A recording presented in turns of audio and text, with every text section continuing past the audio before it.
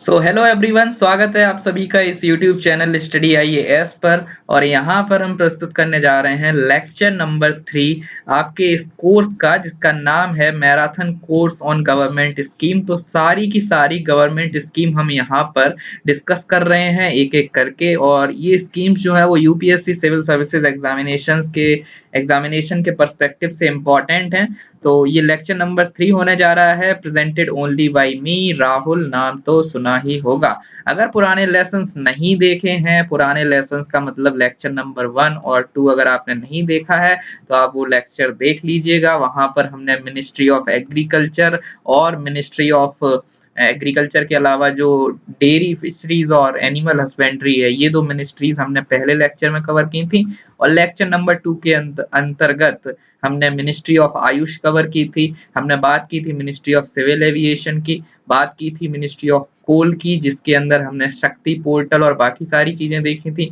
इसके अलावा हमने बात की थी ministry of commerce and this fertiliser की, केमिकल्स एंड फर्टिलाइजर्स की जो मिनिस्ट्री है उसकी बात की थी। उसके डिपार्टमेंट देखे थे, department of chemical, department of petrochemical जो है।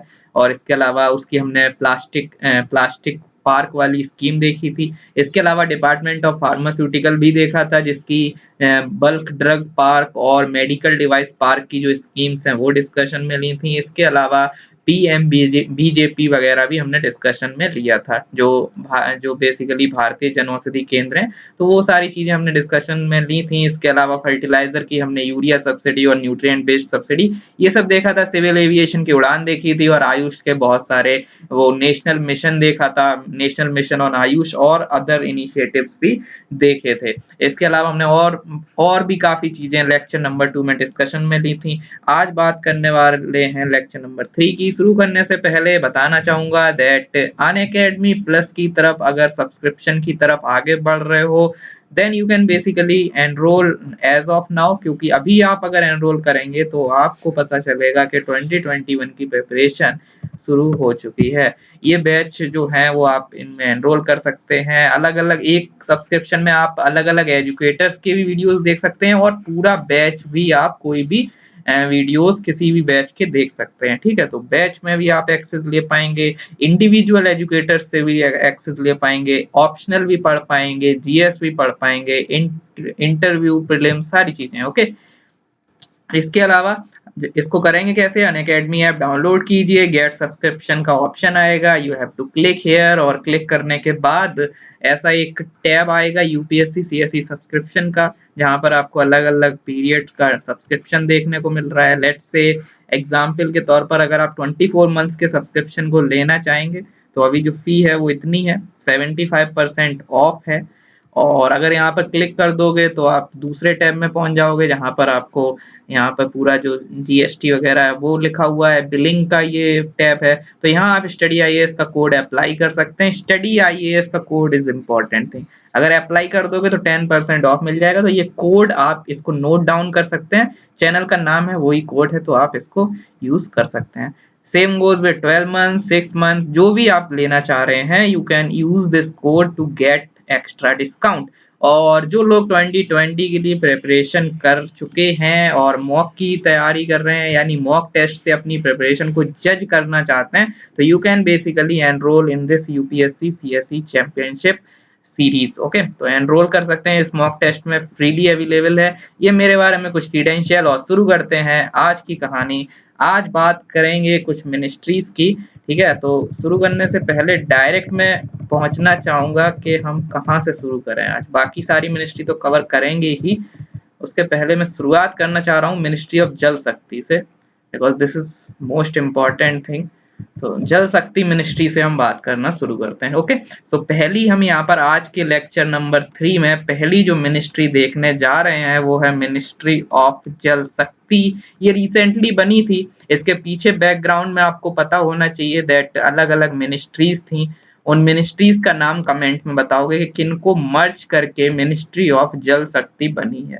बेसिकली आपको यहाँ पर सेकेंड एआरसी का भी मेंशन करना आप कर सकते हैं, मेंस के लिए ये इम्पोर्टेंट है कि जो मिनिस्ट्री ऑफ जल शक्ति बनी थी, अगर आप सेकेंड एआरसी की रिपोर्ट्स पढ़ें, एक ऑर्गेनाइजेशनल डेवलपमेंट या strategies for this organisational perspective से एक रिपोर्ट है सेकंड एआरसी की, जो बात करती है कि ऑर्गेनाइजेशन जो ये मिनिस्ट्रीज हैं और ये जो एलोकेशन ऑफ बिजनेस वगैरह होता है और ये सारी जो चीजें हैं इनको कैसे अच्छे से मैनेज किया जाए, कैसे इनमें चेंजेस लाए जाएं। तो वहां बात होती है इस प्रिंसिपल की that we have to merge the similar kind of you can say ministries. Okay, तो वहां पे बहुत सारे एग्जाम्पल भी दिए गए हैं, केस स्टडीज भी दी गई हैं। जैसे आप अगर और एग्जाम्पल लेना चाहो इसी चीज के तो मेंस के लिए थोड़ा बता दूं ताकि आप यूज कर पाए। जैसे मिनिस्ट्री हमारे पास देखो रोड ट्रांसपोर्ट एंड हाईवेज की मिनिस्ट्री है, इसके अलावा शिपिंग की अलग मिनिस्ट्री है, रेलवेज की अलग मिनिस्ट्री है।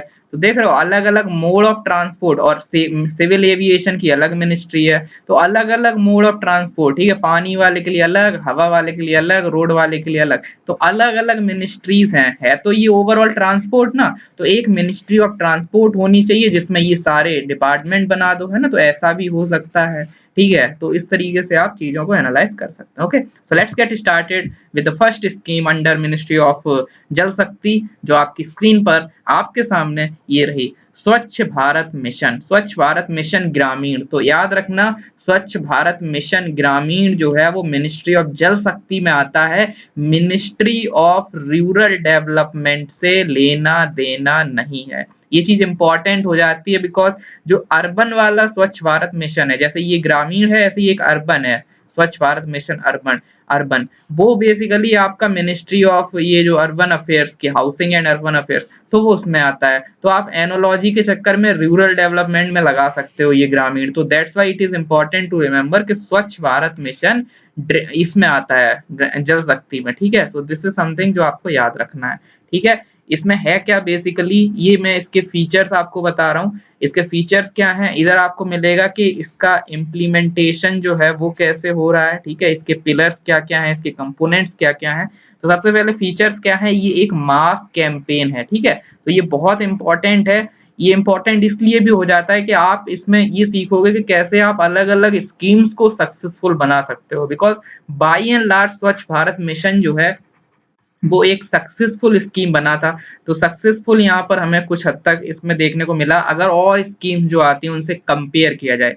सो दैट्स वाई बहुत इंपॉर्टेंट है। और यहाँ की जो चीजें हैं जैसे मास कैंपेनिंग या कम्युनिटी डेवलपमेंट या कम्युनिटी पार्टिसिपेशन, तो ये सिर्फ चीजें कहीं नहीं गई, ये चीजें ग्राउंड पर रियलिटी में हुई और उस वजह से इसकी सक्सेस हुई। तो इस तरीके से हम कोई भी हम बात करते हैं वाटर कंजर्वेशन की कहीं पे भी, तो हम वही वही कहते हैं कि जन आंदोलन बनाना है, आंदोलन बनाना है। तो वो हम कहते तो हर जगह हैं, लेकिन वो रियलिटी में बना स्वच्छ भारत मिशन के अंदर। इसलिए ये एक आइडियल मॉडल है इम्प्लीमेंटेशन के रेस्पेक्ट में, इंडियन पर्सपेक्टिव में अगर बात की जाए। ठीक है, तो ये मेंस के लिए इंपॉर्टेंट है। तो मास कैंपेनिंग है यहाँ पर। इसके अलावा डिस्ट्रिक्ट जो है ये इंपॉर्टेंट फीचर है that district is the base unit of intervention. जो इंटरवेंशन है वो कहाँ हो रहा है भाई, डिस्ट्रिक्ट लेवल पर। ऐसा नहीं है कि सेंटर पे हो रहा है या स्टेट पर हो रहा है। So here we are witnessing the principle of subsidiarity. ठीक है, प्रिंसिपल ऑफ सब्सिडियरिटी अगर आपने पढ़ा होगा, ये यही कहता है दैट जो लोअर लेवल पर काम होने चाहिए। ठीक है, ताकि बॉटम अप अप्रोच आए, ताकि एफिशिएंसी बढ़े, ताकि इफेक्टिवनेस ऑफ द प्रोग्राम जो है वो बढ़ सके। ठीक है, so that's why it becomes important. इसके अलावा यहाँ पर 3 फेज हैं इसमें। देखो 3 फेज हैं, कौन कौन से हैं फेज हैं इसमें स्वच्छ भारत मिशन में, प्लानिंग, इम्प्लीमेंटेशन और सस्टेनेबिलिटी। पहले तो इस मिशन में क्या है दैट प्लान बना रहे हो। ठीक है, you are making a particular plan, समझ आ गया। फिर इम्प्लीमेंट कर रहे हो, फिर सस्टेनेबिलिटी पर भी ध्यान दे रहे हो। अभी मैं अगली स्लाइड में बताऊंगा कि इन कंपोनेंट में, इन फेजेस में क्या क्या कंपोनेंट्स हैं। ठीक है, इन फेजेस में क्या क्या कंपोनेंट्स हैं प्लानिंग, इम्प्लीमेंटेशन और सस्टेनेबिलिटी में, तो ये आपको समझना है। इसके अलावा इसमें 5 टीयर इम्प्लीमेंटेशन मैकेनिज्म है। 5 टीयर का मतलब है कि यहाँ पर नेशनल है, फिर स्टेट लेवल है, फिर डिस्ट्रिक्ट लेवल है, और उसके बाद आप विलेज यहाँ पर पहुंच जाओगे। इसके बाद 3 लोग हैं, नेशनल, स्टेट, डिस्ट्रिक्ट, फिर ब्लॉक लेवल पे पहुंचोगे, फिर विलेज लेवल पे पहुंचोगे। ठीक है, तो इस तरीके से यहाँ पर 5 टीयर इम्प्लीमेंटेशन मैकेनिज्म है स्वच्छ भारत मिशन के अंदर। इसके अलावा कॉर्पोरेट सोशल रिस्पॉन्सिबिलिटी का भी यूटिलाइजेशन स्वच्छ भारत मिशन में अपन को देखने को मिल रहा है। ठीक है, तो ये चीज आपको याद रखनी है। कॉर्पोरेट सोशल रिस्पॉन्सिबिलिटी में जो सीएसआर आप पढ़ते हैं, जो आपको पता होगा, जो भी सीएसआर का जो रूल है, उसमें बेसिकली जो कॉर्पोरेट जो है इसमें सोशल वेलफेयर के लिए जो उनका जो कंट्रीब्यूशन होता है उसका यूज भी स्वच्छ भारत मिशन में देखने को मिल रहा है। ठीक है, और यहाँ पर इम्प्लीमेंटेशन में क्या-क्या चीजें हैं, प्रोजेक्ट प्रपोजल जो है वो डिस्ट्रिक्ट बनता है। ठीक है, अभी हमने देखा था that district is the basic, you can से बेस यूनिट, है ना, ये वाला पॉइंट जो है दूसरा point, base unit of intervention, that's why it becomes important. इसके अलावा communication, financing, toilet construction, rapid action learning unit, तो ये दूसरे लेवल पर है। ठीक है, पहले लेवल पर ये प्लानिंग है। देखो मैंने अभी बताया था ना 3 फेज है, तो ये थ्री फेज जो है वो आपको इसमें फिगर में देखने को मिल रहे हैं। ये पहला फेज है प्लानिंग का, तो प्लानिंग कहाँ हो रही है, अभी देखो ये तीसरा पॉइंट था ना कि प्लानिंग, इम्प्लीमेंटेशन, सस्टेनेबिलिटी, तो वो मैंने यहाँ फिगर के थ्रू आपको समझाने की कोशिश की है दैट प्लानिंग जो है वो प्रपोजल क्रिएट करा जा रहा है डिस्ट्रिक्ट लेवल पर, फिर उसके अकॉर्डिंग स्टेट बना देगी और उसके अकॉर्डिंग वो चीजें जो है वो नेशनल लेवल पर आएंगी। सो यहाँ पर you are basically witnessing this thing कि प्लानिंग जो है वो नीचे से बॉटम अप अप्रोच देखने को मिल रहा है। दूसरा पोर्शन है इम्प्लीमेंटेशन, तो इम्प्लीमेंटेशन के अंदर कम्युनिकेशन की बात होगी, है ना, इसके अलावा फाइनेंसिंग की बात है, टॉयलेट कंस्ट्रक्शन हो रहा है और रैपिड एक्शन लर्निंग यूनिट का यहाँ पर एस्टेब्लिशमेंट देखने को मिल रहा है, जैसे बोलते हो रालू, RALU, rapid action learning unit, क्योंकि इम्प्लीमेंटेशन में आपको साथ में लर्न भी करना है, इस तरीके से आप याद रख सकते हैं rapid action learning unit. Sustainability का जो कंपोनेंट है, जो फेज है, वो ये बात करता है दैट ODF जो आप देखते हो ना, ओपन डेफिकेशन फ्री, तो उसमें भी आप देखते हो ODF plus, ODF plus plus, तो ये जो सारी चीजें हैं, ठीक है, उनको सस्टेन रखना। ठीक है, कि एक बार ऐसा नहीं कि एक बार कंस्ट्रक्शन हो गया और एक बार बिहेवियरल चेंज हो गया तो उसको रोक देंगे, नहीं, ODF करना है, सस्टेनेबिलिटी रखनी है और वेरिफिकेशन भी होगा इस पर्टिकुलर कंपोनेंट में। ठीक है, तो ये हो गए फीचर्स और फेजेस। अब बात करते हैं इसकी इम्प्लीमेंटेशन की, तो इम्प्लीमेंटेशन में क्या-क्या फीचर्स या कंपोनेंट हैं, इसके क्या-क्या कंपोनेंट हैं ओवरऑल। जब बात आती है कि इम्प्लीमेंटेशन जब हो रहा है तो इम्प्लीमेंटेशन में क्या-क्या कंपोनेंट हैं, इसमें बेसिकली आपको देखने को मिलता है that we have startup activities. Startup ये वो वाला स्टार्टअप नहीं है मिनिस्ट्री ऑफ कॉमर्स वाला, नहीं नहीं वो नहीं है। ये स्टार्टअप का मतलब कि कोई चीज स्टार्ट करी जा रही है, तो जब इम्प्लीमेंटेशन स्टार्ट हो रहा है तो यहाँ पर कैसे होगा, यहाँ पर इसको देखो, एक इंपॉर्टेंट चीज बताना चाहूंगा इसको पढ़ाने के पहले, कि आप इन चीजों को यूज कर सकते हो, कोई भी आप इम्प्लीमेंटेशन की जब बात करते हो वहां पर भी ये जो पॉइंट्स वगैरह इनको यूज कर सकते हो। ठीक है, सो वो चीज रहती है। अब यहाँ स्टार्टअप एक्टिविटीज जो है तो अपडेट करने की बात हो रही है। बेसलाइन सर्वे, जो सर्वेज वगैरह होते हैं, तो आप देखते हैं ये जो सोशल स्वच्छ भारत मिशन ग्रामीण और ये अर्बन, इसके सर्वे होते रहते हैं, स्वच्छ सर्वेक्षण, स्वच्छता सर्वेक्षण, ठीक है, SSG और SSU, ये सब जो सर्वेक्षण वगैरह होते हैं। So updation of the baseline survey, इसके अलावा जो की पर्सोनल हैं और बेसिकली प्रिपरेशन ऑफ प्लान, ये सारी स्टार्टअप एक्टिविटीज हैं। ठीक है, इसके अलावा जब बात आती है दूसरा कंपोनेंट क्या है, ये है आपका आईईसी और बीसीसी कंपोनेंट। आईईसी और बीसीसी क्या होता है, आईईसी और बीसीसी का मतलब है, आईईसी का मतलब होता है इंफॉर्मेशन एजुकेशन कम्युनिकेशन और बीसीसी का मतलब होता है बिहेवियरल चेंज कम्युनिकेशन। तो यहाँ पे बिहेवियरल चेंज लाने की बात की जा रही है, बिहेवियरल चेंज की बात हो रही है। इसके अलावा कम्युनिटी एक्शन, ये कम्युनिटी एक्शन का यहाँ पर कंपोनेंट है, यानी ओवरऑल कम्युनिटी एक्शन करेगी। And then peer pressure, peer pressure is also being recognised, क्योंकि बिहेवियर में पीयर प्रेशर भी आता है। बहुत सारी चीजें आप पीयर प्रेशर में कर देते हैं जो आप नहीं करना चाहते, वैसे तो बुरी चीजें करते हो, है ना, तो वैसे ही यहाँ पर थोड़ा अच्छे काम भी पीयर प्रेशर में हो सकते हैं, वो यहाँ पर है। इसके अलावा कैपेसिटी बिल्डिंग, यानी जो ट्रेनिंग वगैरह है जो भी है, तो ये सारे कंपोनेंट्स है। इसके अलावा कंस्ट्रक्शन ऑफ इंडिविजुअल, जो हाउस होल्ड लैट्रिन्स जो भी इसमें बनाने की बात है, टॉयलेट कंस्ट्रक्शन वगैरह एंड वगैरह, उसमें एक प्रायोरिटाइजेशन है, यानी सबसे पहले BPL families, then SC ST, then above poverty line. So this is the thing. तो आप यहाँ पर देख पा रहे हो दैट इस मिशन में, देखो इस मिशन में कहीं ऐसा नहीं है कि ये कोई मतलब SC ST के लिए या ऐसा कुछ है, लेकिन अल्टीमेटली वी आर विटनेसिंग कि यहाँ पर सोशियो इकोनॉमिक चीजों को भी ध्यान में रखा जा रहा है, ठीक है, इसको इम्प्लीमेंट करते टाइम। इसके अलावा अवेलेबिलिटी ऑफ सैनिटेशन मटेरियल, जो भी सैनिटेशन मटेरियल है उसको अवेलेबल कराया जाएगा वाया कहाँ से, through the rural sanitation marts, ठीक है, तो रूरल सैनिटेशन मार्ट्स जैसे V marts, Vishal Mega Mart, Big Bazaar mart, या ऐसे बहुत सारे एग्रीकल्चरल मार्ट, तो ऐसे ही रूरल सैनिटरी मार्ट्स जो हैं वहां से अवेलेबल सैनिटरी मटेरियल को लिया जाएगा, खरीदा जाएगा, प्रोक्योर किया जाएगा। इसके अलावा प्रोडक्शन सेंटर से, एसएचजी से, कम्युनिटी सैनिटरी कॉम्प्लेक्स से, ऐसा नहीं है कि एमएनसी से लेके आ रहे हैं, ठीक है, यानी वही चीज है, समझ रहे होगे, एम्प्लॉयमेंट वगैरह और प्रोडक्शन वगैरह, सेल्फ हेल्प ग्रुप का एम्पावरमेंट, वो सब भी साथ में हो रहा है, ठीक है, तो एक तरीके से मल्टी प्रोंग्ड स्ट्रेटजी अपनाई गई है स्वच्छ भारत में। तो ऐसा कोई क्वेश्चन मेंस में भी एनालिसिस करने को आ जाए तो आप ये सारे पॉइंट्स लिख के अपने पॉइंट को या आंसर को प्रूव कर सकते हो, इलूसिडेट कर सकते हो दैट यस ऐसा कुछ है। इसके अलावा रिवॉल्विंग फंड बनाया गया है और इंक्लूजन जो है यहाँ किया जा रहा है। यहाँ पर इंक्लूजन और एक्टिविटी की बात हो रही है बिकॉज यहाँ अवेयरनेस और स्किल जनरेशन, स्किल्स की डेवलपमेंट की बात हो रही है with respect to menstrual health management. तो जो मेंस्ट्रुअल हेल्थ होती है फीमेल्स की, वीमेन की, तो मेंस्ट्रुअल एज में जो ये प्रॉब्लम्स और जो भी है सीन, तो यहाँ पर भी बेसिकली अवेयरनेस जनरेशन की बात हो रही है। तो ये सिर्फ एक स्वच्छ भारत मिशन ऐसा नहीं है कि टॉयलेट कंस्ट्रक्शन करा दिया दैट्स इट, और भी बहुत सारी चीजें हैं, और भी बहुत सारी चीजें हैं इसमें। सैनिटरी मटेरियल के लिए आपको देखने को मिल रहा है एसएचजी का एम्पावरमेंट और rural sanitary complex, sanitary marts, community complex centre, तो उन चीजों पर ध्यान दिया जा रहा है। सोशियो इकोनॉमिक चीजों पर ध्यान दिया जा रहा है, जेंडर वाली चीजें जो फीमेल प्रॉब्लम्स है उनमें ध्यान दिया जा रहा है, that how we can basically improve the sanitation and hygiene and all these things, ठीक है। इसके अलावा मॉनिटरिंग जो हो रही है वो यहाँ पे अच्छे से की जा रही है। और लास्ट में फुट सोल्जर्स, ठीक है, तो जो लोग जैसे स्वच्छता दूत बोलते थे, जैसे मेघदूत, राजदूत ऐसे होते थे ना राजा महाराजाओं के, तो वैसे ही यहाँ पे स्वच्छता दूत होते थे जिनका अब नाम अगर दिया गया है फुट सोल्जर्स, ठीक है, तो स्वच्छता सेनानी और ये सारी चीजें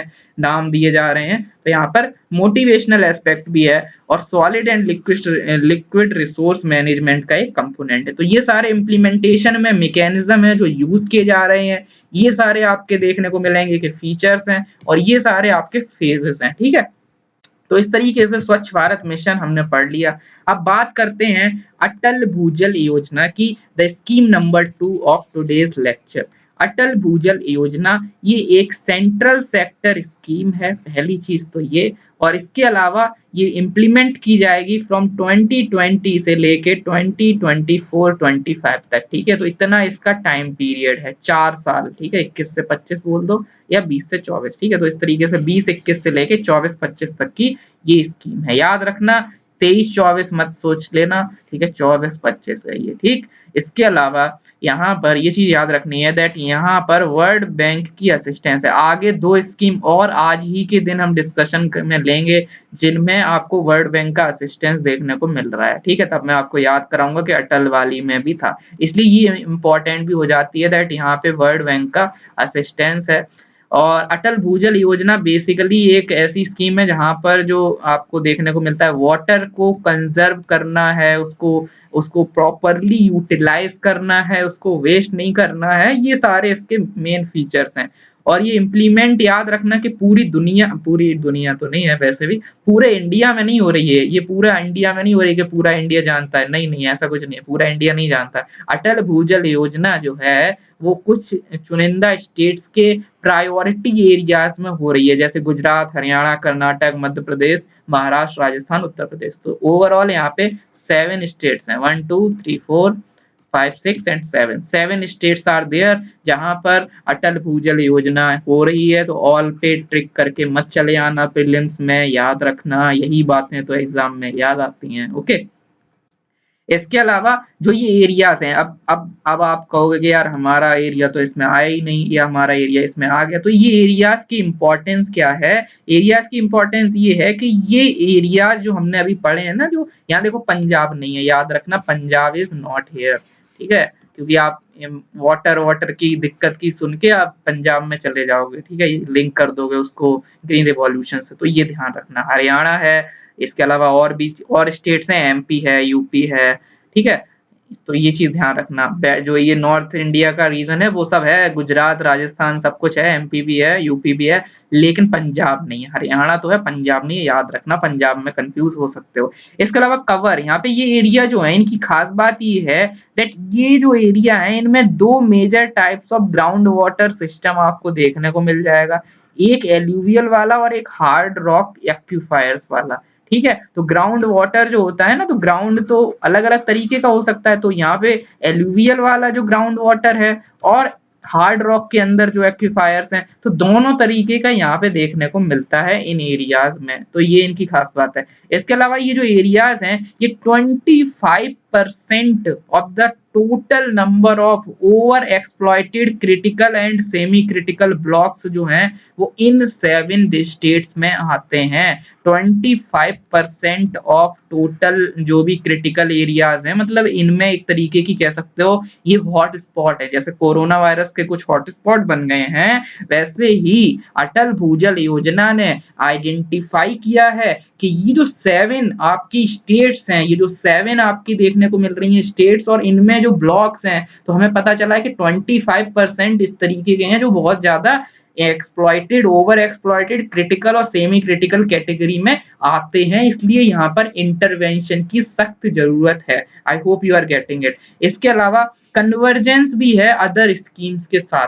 अदर स्कीम्स के साथ कन्वर्जेंस का मतलब है कि जैसे फॉर एग्जांपल हम कोई भी चीज करेंगे तो उसको दूसरी स्कीम जैसे एमजी नरेगा वगैरह से कन्वर्ज कर देंगे साथ में, ठीक है। और इसके अलावा फंड जो है वो एज अ ग्रांट मिलेगा, ग्रांट के तौर पर मिलेगा, है ना। बहुत सारे तरीके होते हैं ना फंडिंग के भी, जैसे हमने कल स्कीम पढ़ी थी तो हम देखते थे एक्यूटी वगैरह से फंड आ रहा था, है ना। हमने देखा था ना कि जब आपने, अगर आपको याद हो, स्टार्टअप इंडिया पढ़ा था और वो सब चीजें, तो वहाँ एक्यूटी वगैरह से भी फंडिंग हो रही थी। तो बहुत तरीके होते हैं फंडिंग के, डायरेक्ट होता है, इनडायरेक्ट होता है, बहुत तरीके होते हैं, ठीक है। तो यहाँ क्या है, ग्रांट के तौर पे फंडिंग हो रही है और स्ट्रेंथनिंग इंस्टीट्यूशन। एंड इसका फंड का यूज कहाँ हो रहा है, देखो पैसे तो हम आपको दे रहे हैं, यूज क्या करोगे, तो 2 काम करोगे। कौन कौन से काम करोगे, इंस्टीट्यूशंस को स्ट्रेंथन करोगे और एनकरेज करोगे कम्युनिटी पार्टिसिपेशन, ठीक है। तो कम्युनिटी पार्टिसिपेशन मैंने बोला था अभी जब हमने स्वच्छ भारत मिशन पढ़ा था, तो स्वच्छ भारत मिशन सक्सेसफुल होने के पीछे एक बड़ा कारण है कि उसका कम्युनिटी पार्टिसिपेशन बढ़िया था। तो कम्युनिटी पार्टिसिपेशन की बात हो रही है और स्ट्रेंथन करने की बात हो रही है इंस्टीट्यूशन की, बिकॉज स्ट्रेंथनिंग होगी जब इंस्टीट्यूशन की तभी चीजें अच्छे से हो पाएंगी, बिकॉज इंस्टीट्यूशन का इम्पैक्ट जो है वो इम्प्लीमेंटेशन पर पड़ता है, ठीक है।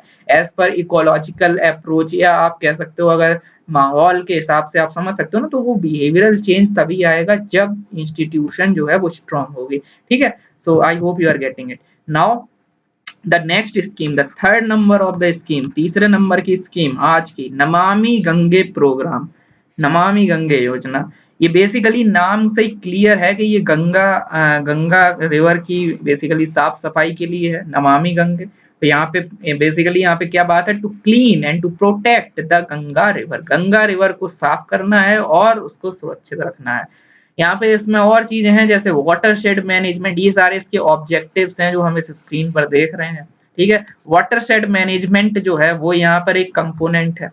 इसके अलावा बात हो रही है to develop the village located along the main stream, ठीक है। तो मेन स्ट्रीम जो है, जो स्ट्रीम है, जो रिवर है, उसके रिवर के आसपास जो विलेज हैं उनको डेवलप करने की बात हो रही है नमामि गंगे में, ठीक है। ये चीजें इंपॉर्टेंट इसलिए हो जाती हैं बिकॉज ऑब्जेक्टिव इंपॉर्टेंट होते हैं, लेकिन हम क्या करते हैं, अगर ये चीज हम नहीं पढ़ेंगे तो हम सिर्फ इतना सोचेंगे नमामि गंगे योजना गंगा सफाई के लिए, लेकिन इसमें और भी चीजें हैं, जैसे वाटर शेड डेवलपमेंट भी है, जैसे ये चीज भी है। जैसे हमने सॉइल हेल्थ कार्ड जब पढ़ा था तो मैंने ये चीज वहां पे भी ऐसे ही बताई थी कि सॉइल हेल्थ कार्ड में लोग यही समझेंगे एक कार्ड मिलेगा, दैट्स इट। लेकिन वहां पे हमें पता चला कि सॉइल टेस्टिंग लेबोरेटरीज वगैरह को भी स्ट्रेंथन किया जा रहा है, इवन इंसेंटिवाइजेशन भी दिया जा रहा है कि आपको पैसे वगैरह दिए जाएंगे, ठीक है। तो ऐसे आप देखते हो बहुत सारे कंपोनेंट होते हैं कभी कभी ऐसे, इस वजह से आप याद रखिए वाटर शेड मैनेजमेंट भी है और to develop the village located along the main stream, ठीक है।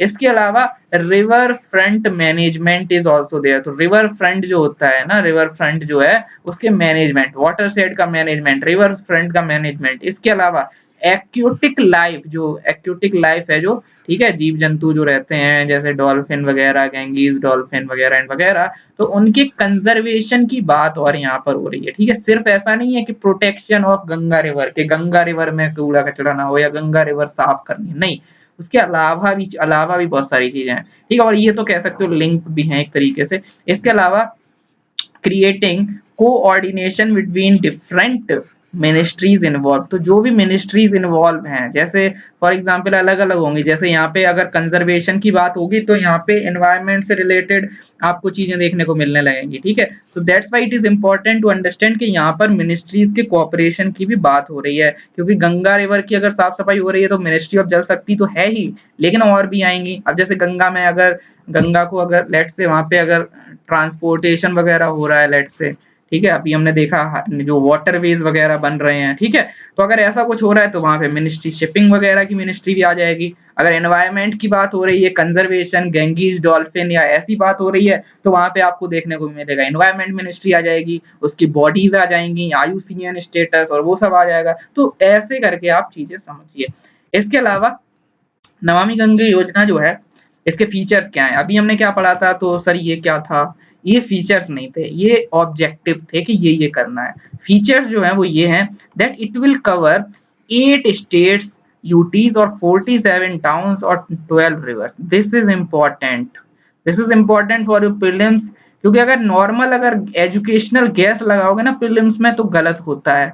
तो एजुकेशनल गैस कहाँ गलत होता है? ऐसे क्वेश्चंस में कि 12 रिवर्स यहाँ पर हैं, सिर्फ गंगा नहीं है, ठीक, गंगा के अलावा भी रिवर्स हैं, ये चीज ध्यान रखना, 12 रिवर्स आर देयर, ठीक है। तो ऐसा कुछ तभी ओनली वाले स्टेटमेंट गलत होते हैं कि Namami Gange is for Ganga only, है ना, तो इस तरीके से आप उसमें भी होता है। तो 12 रिवर्स यहाँ पर हैं अंडर दिस प्रोजेक्ट। इसके बाद एस्टेब्लिशमेंट होगा क्लीन गंगा फंड का, ठीक है। सो फंड हम बहुत पढ़ते हैं, हर स्कीम में फंडिंग की जरूरत होती है, तो हमने बहुत सारी स्कीम पहले भी पढ़ी है, चाहे वो एग्रीकल्चर हो, चाहे वो आयुष मिनिस्ट्री हो, चाहे कुछ भी हो, जो भी हमने अभी तक पढ़ा, फंडिंग इज इंपॉर्टेंट, तो यहाँ पर भी है। इसके अलावा setting river centric urban planning, तो अभी जो एफिशिएंसी जो ऑब्जेक्टिव देखे थे हमने कि मेन स्ट्रीम के पास डेवलपमेंट करना है विलेजेस का, तो वो चीज यहाँ नमामि गंगे में हमें देखने को मिल रही है।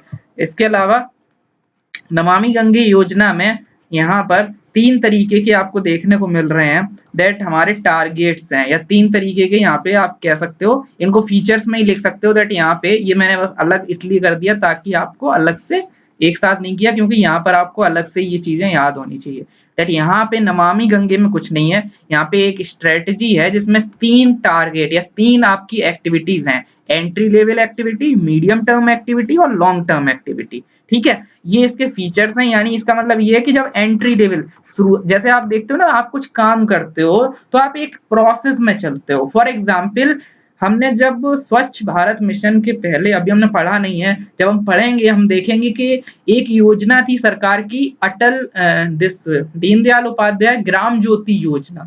तो ग्राम ज्योति योजना में बस इतना था कि गांव, हर गांव में बिजली पहुंचानी है, इतना था बस, और कुछ नहीं था। लेकिन उसके बाद हमारी एक स्कीम आई जिसका नाम था सहज बिजली हर घर योजना सौभाग्य। उसमें क्या था कि अब हर घर में बिजली पहुंचानी है, पहले क्या था हर गांव में पहुंचानी है। तो डायरेक्ट आप कोई चीज नहीं करते, तो you have to follow the incrementalism, ठीक है। ये सारी चीजें आप आंसर राइटिंग में यूज करते हैं, ठीक है। जो पब्लिक एडमिनिस्ट्रेशन के हैं वो तो जानते ही हैं ये सब चीजें, लेकिन जो जीएस है वहां पे भी आप यूज कर सकते हो दैट गवर्नमेंट का ये इंक्रीमेंटल मॉडल होता है पब्लिक पॉलिसी का। तो ऐसे ही यहाँ पर भी हमें देखने को मिल रहा है दैट पहले एंट्री लेवल पर काम होगा। एंट्री लेवल का मतलब है दैट जब एंट्री हो रही है, जब शुरुआती दौर में कुछ होगा, फिर धीरे धीरे हम एडवांस्ड लेवल तक जाएंगे, ठीक। तो एंट्री लेवल में क्या होगा, सरफेस क्लीनिंग के, ठीक है, गंगा रिवर बह रही है तो उसकी सरफेस को क्लीन कर दिया, नॉर्मल चीज है ना, कुछ हम और ज्यादा टेक्निकल नहीं जा रहे, सिर्फ साफ कर दिया, सरफेस क्लीनिंग। इसके अलावा rural sanitation via drain construction और टॉयलेट कंस्ट्रक्शन, ठीक है। तो हमारा एक तो है कि हमने गंगा की सरफेस साफ कर दी, और दूसरा क्या है कि जो नाली वगैरह से जो भी ड्रेन्स जो पानी आ रहा है, जो गंदगी आ रही गंगा नदी में, उसको कैसे कंट्रोल किया जाए। So here we have the rural sanitation कि गंगा के किनारे जो गांव हैं उनमें अगर सफाई होगी तो ऑटोमेटिकली गंगा भी साफ हो जाएगी क्योंकि वो फिर गंगा नदी में नहीं मिलेगा। सो दैट्स व्हाई यहाँ पर हमें देखने को मिलता है दैट ड्रेन कंस्ट्रक्शन होगा और टॉयलेट कंस्ट्रक्शन, ठीक है। तो ये सारी चीजें ताकि गंगा पॉल्यूशन कम हो पाए, गंगा का जो भी वाटर क्वालिटी है वो जो निर्मल अविरल गंगा जो है वो हमें मिल सके, तो वो जो चीजें हैं, ठीक है। तो एंट्री लेवल पे ये है, ठीक है, ये हो गया। अब मीडियम टर्म में ये स्ट्रेटजी है that you have to converge of sewerage infrastructure, जो भी आपने किया उसको एक्सपेंड करो। ट्रीटमेंट ऑफ वेस्ट वाटर, अब हम नेक्स्ट लेवल पर खेल रहे हैं, समझ रहे हो। अब हम सिर्फ ये नहीं कह रहे कि गंगा में जो भी कचरा वगैरह है उसको क्लीन कर दो सरफेस को और गांव को साफ कर दो, नहीं। अब हम treatment of water, waste water treatment, managing industrial pollution, अब हम मैनेज करने पे आ गए इंडस्ट्रियल पॉल्यूशन, तो हम एक लेवल आगे खेल रहे हैं, समझ रहे हो। तो फ्रंट फुट पे खेलने लगे हैं, है ना, क्रिकेट में बोलते हैं। इसके अलावा बायोडायवर्सिटी कंजर्वेशन, देखो हम कहाँ पहुंच गए। अब पहले हम सिर्फ इतना कह रहे थे कि ठीक है ऊपर ऊपर से जो कूड़ा करकट है साफ कर दो, अब लेकिन हम नेक्स्ट लेवल पे चले गए। बायोडायवर्सिटी कंजर्वेशन, इंडस्ट्रियल पॉल्यूशन को कम करना है, ट्रीटमेंट करना है वेस्ट वाटर का, तो हम अलग ही धुन में है, ठीक है, समझ रहे हो। इसके अलावा एफॉरेस्टेशन करना है, कहीं डायरेक्ट रिलेशन है, अगर नॉर्मल सोचोगे एंट्री लेवल पे ऐसा कुछ नहीं है, लेकिन मीडियम टर्म में एफॉरेस्टेशन को भी रिकॉग्नाइज किया जा रहा है और वाटर जो भी है उसकी क्वालिटी को मॉनिटर भी कर रहे हैं। पहले सिर्फ ये था कि बस वो जो पन्नी वन्नी जो भी चीजें, वो पॉलीथीन वगैरह, प्लास्टिक वगैरह जो भी उसमें तैर रहा है, ठीक है, जो भी फ्लो कर रहा है, उस सबको बेसिकली पहले क्या था कि सिर्फ सरफेस क्लीनिंग, अब उसको बदल दिया गया है। लॉन्ग टर्म में और ज्यादा हाई लेवल पर खेलोगे, यहाँ पर और ज्यादा फ्रंट फुट पे खेलोगे, और ज्यादा सिक्सर्स मारोगे, तो यहाँ बात होगी इकोलॉजिकल फ्लो की, यहाँ बात होगी वाटर यूज एफिशिएंसी की, है ना। कि अगर आपने वाटर यूज एफिशिएंसी किया है, पहले सिर्फ ये होता है कि हाँ पानी साफ हो जाए, आरओ वगैरह लगा लिया, लेकिन जब नेक्स्ट लेवल पे खेलते हो तो सुप्रीम कोर्ट कह देता है दैट 80% 70% आरओ में पानी जो है वो वेस्ट हो रहा है, तो आप और ज्यादा हाई लेवल पे खेलते हो कि पानी तो साफ मिले ही, लेकिन ऐसा नहीं है कि बर्बाद हो रहा है। तो उस तरीके का यहाँ पर भी है that you are basically talking about water use efficiency, improved efficiency and all those things, ठीक है। तो ये हो गए नमामि गंगे योजना के एंट्री, मीडियम और लॉन्ग टर्म लेवल के एक्टिविटीज, ठीक है। ये हो गए शुरुआती फीचर्स और ये हो गए उसके objective. I hope it is clear to you. Next जो स्कीम है, नंबर मैं भूल चुका हूँ, जो आपके सामने अगली स्कीम है वो है जल क्रांति अभियान। जल क्रांति अभियान जो है, it is all about use of modern technologies along with the traditional wisdom. तो ट्रेडिशनल विजडम जो पुरानी हमारी जो संस्कार हैं जो भी हैं, ठीक है, बाबूजी के संस्कार, वो प्लस मॉडर्न टेक्नोलॉजी, दोनों को जोड़ने का काम जल क्रांति अभियान करता है। जल क्रांति अभियान यहाँ पे ये हम बाद में पढ़ेंगे, अभी इसको छोड़ दो, सुजलम कार्ड को, सुजलम कार्ड क्योंकि यहाँ से लिंक है इसलिए। इसके अलावा इम्प्लीमेंटेशन जो इसका होता है वो आपका सेंट्रल वाटर कमीशन और जो सेंट्रल ग्राउंड वाटर बोर्ड है ये करते हैं एक साथ, ठीक है। तो ये इसकी इम्प्लीमेंटेशन एजेंसी है, जैसे हमने एग्रीकल्चर में बहुत सारी पढ़ी थी, है ना, वैसे ही यहाँ पे भी ये एग्रीकल्चर में हमने हर मिनिस्ट्री में पढ़ी हुई है, ऐसे ही यहाँ पर भी है। इसके अलावा states will be encourage to form the state water policy, और ये जो वाटर पॉलिसी बनानी है वो on the grounds of centre की जो वाटर पॉलिसी है उसके हिसाब से बनानी है, ठीक है। तो यहाँ पे इस तरीके के यहाँ पे फीचर्स हैं। अब बात करते हैं इसके कंपोनेंट की। तो जल क्रांति अभियान के बेसिकली 4 कंपोनेंट हैं, ठीक है। ये कंपोनेंट वगैरह से चीजें बहुत इजी हो जाती हैं। ये कंपोनेंट से मैंने बहुत सारी चीजें ऐसे डायग्राम के फॉर्म में बनाई है पुराने लेसन, अगर आप देखोगे तो मेरा मोटिव यही रहता है कि कैसे चीजों को सिंप्लीफाई किया जाए, ठीक है। तो यहाँ पर क्या है, जल ग्राम योजना, पहला ये है, पहला कंपोनेंट है जल ग्राम योजना। जल ग्राम योजना का मतलब है यहाँ पे क्या होगा कि हर ब्लॉक में क्या होगा, हर डिस्ट्रिक्ट में, ठीक है, हर डिस्ट्रिक्ट में, not in block, her district में क्या किया जाएगा, कुछ आइडेंटिफाई किया जाएगा किसी विलेज को, ठीक है।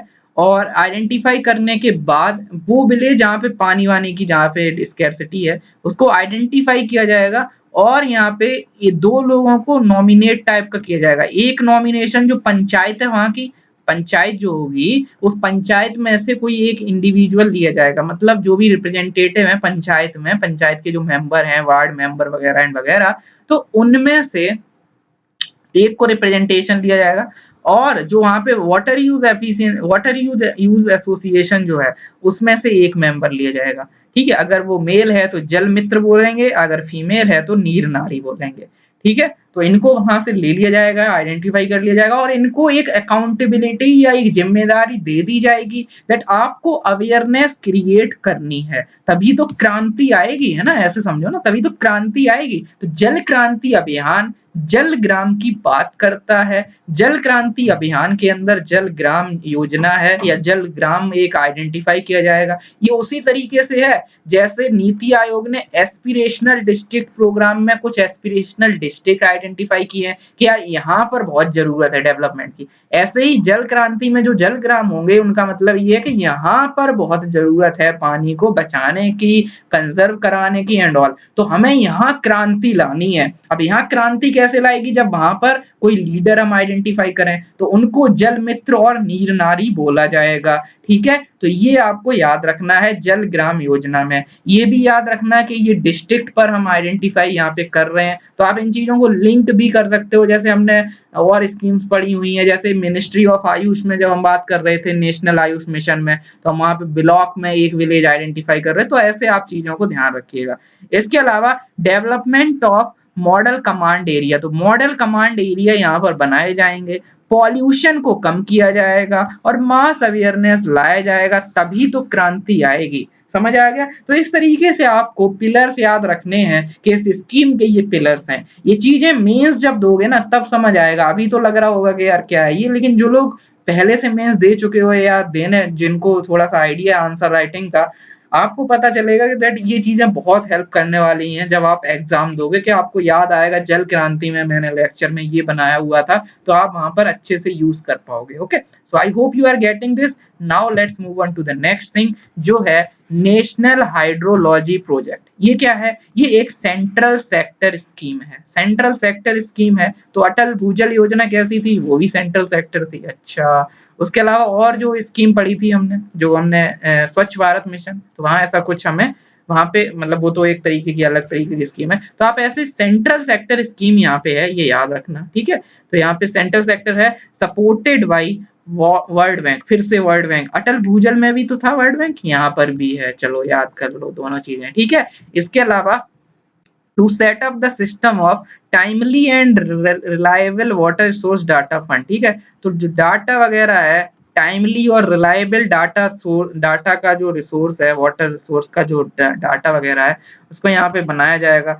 यहाँ पे एक और ऑब्जेक्टिव है दैट लीड टाइम जो है फ्लड फोरकास्ट में जो 1 डे है उसको एटलीस्ट 3 डे करना है। ठीक है, मतलब जब डेटा वगैरह हमारे पास होगा, हाइड्रोलॉजी मींस वाटर का ऐसा प्रोजेक्ट जहां पर वर्ल्ड बैंक सपोर्ट कर रहा है और एक सिस्टम बनाया जाएगा टाइमली और रिलायबल वाटर रिसोर्स का जो भी डेटा है, चाहे वो रिवर का डेटा हो, फ्लो का डेटा हो, या जो भी रिकॉर्ड है आपका विद रेस्पेक्ट टू कि फ्लड कब आ जाती है। ठीक है, जब आप देखते हो वार्निंग वगैरह जो है वो लागू कर दी जाती है, तो 1 डे का जो लीड टाइम है ना उसको 3 डेज करना है। ठीक है, 3 दिन पहले, फ्लड के 3 दिन पहले, ऐसा नहीं कल फ्लड आने वाली है और भागो भागो, तो ऐसा नहीं, 3 दिन पहले अगर आपके पास डेटा वगैरह होगा तो ऐसे यहाँ पे हाइड्रोलॉजी प्रोजेक्ट है।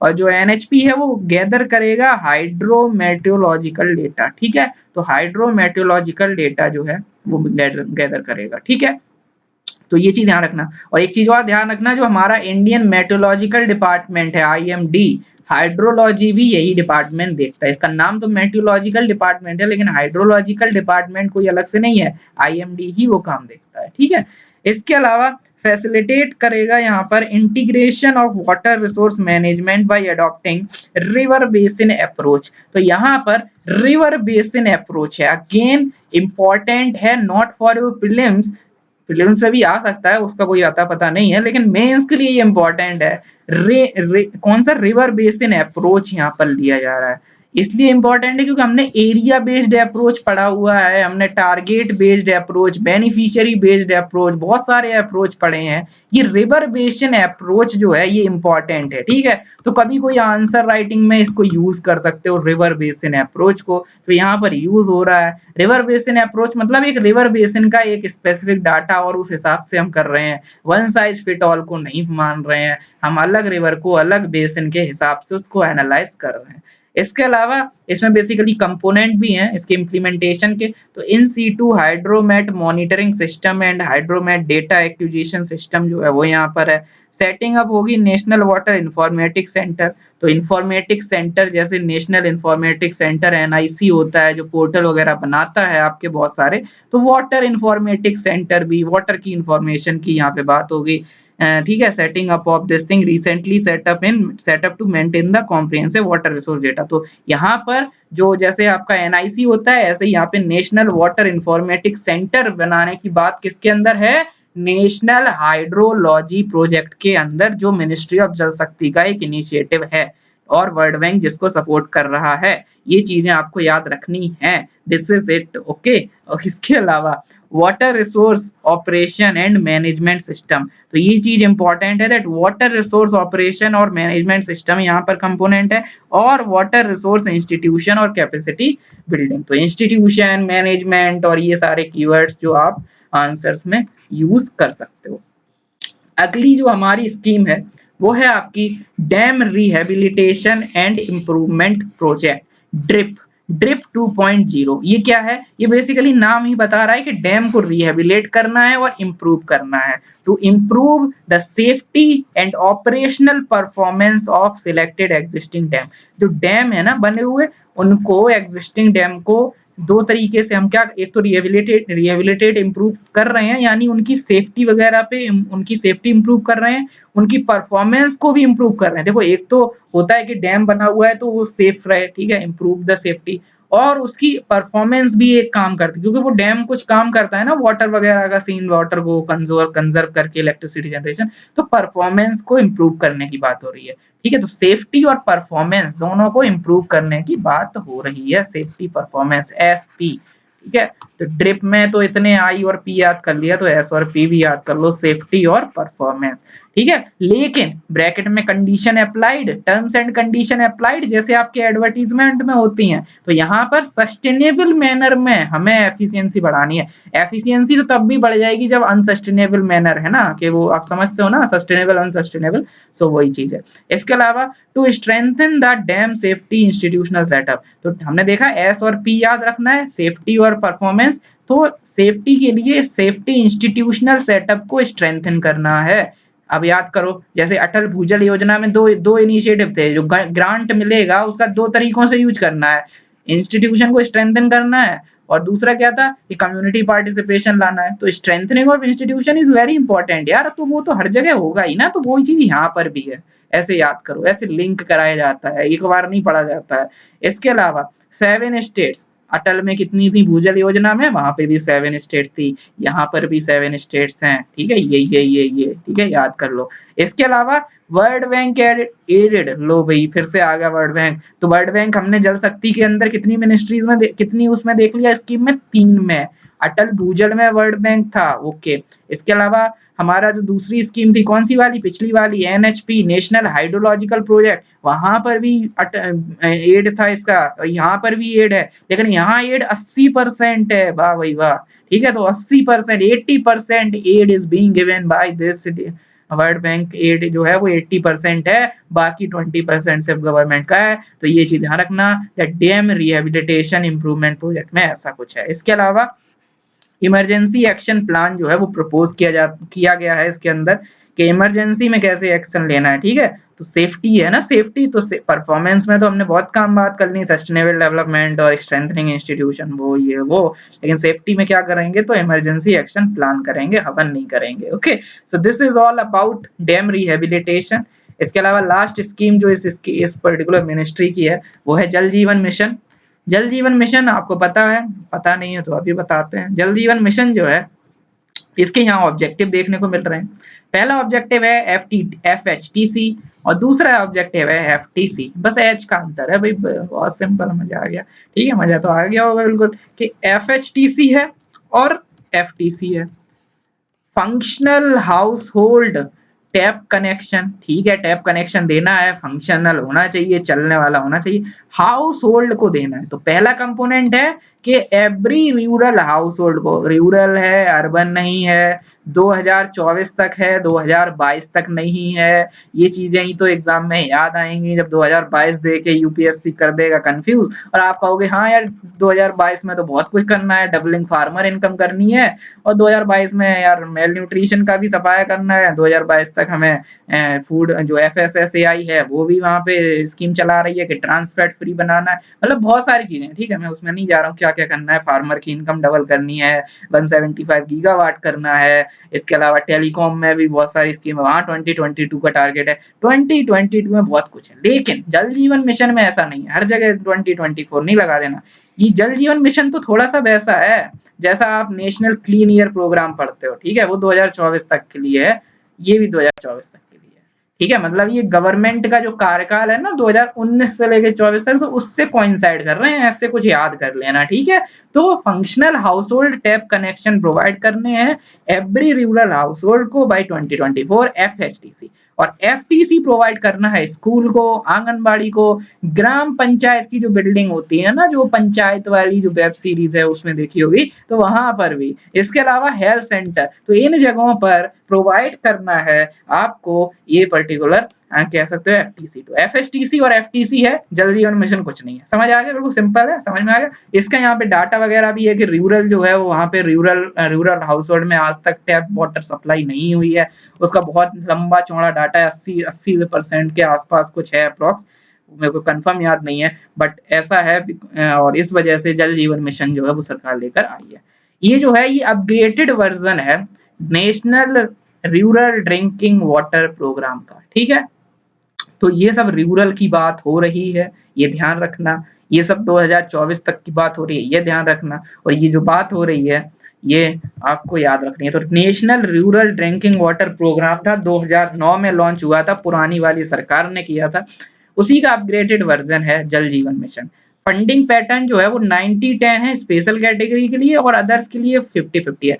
This is important to remember, क्यों भाई ऐसा क्यों है यार, हम क्यों इम्पोर्टेंट, ये क्यों छोटी मोटी चीजें हम याद करेंगे, यूपीएससी ऐसा कब से पूछने लगा, तो इसलिए इम्पोर्टेंट है क्योंकि यहाँ पर 50-50 है, और नॉर्मल जो स्कीम होती है जो सेंट्रली स्पॉन्सर्ड होती है 60-40 होता है उनमें, ठीक है, और स्पेशल के लिए तो 90-10 ही होता है, तो ये इसमें इशू नहीं है।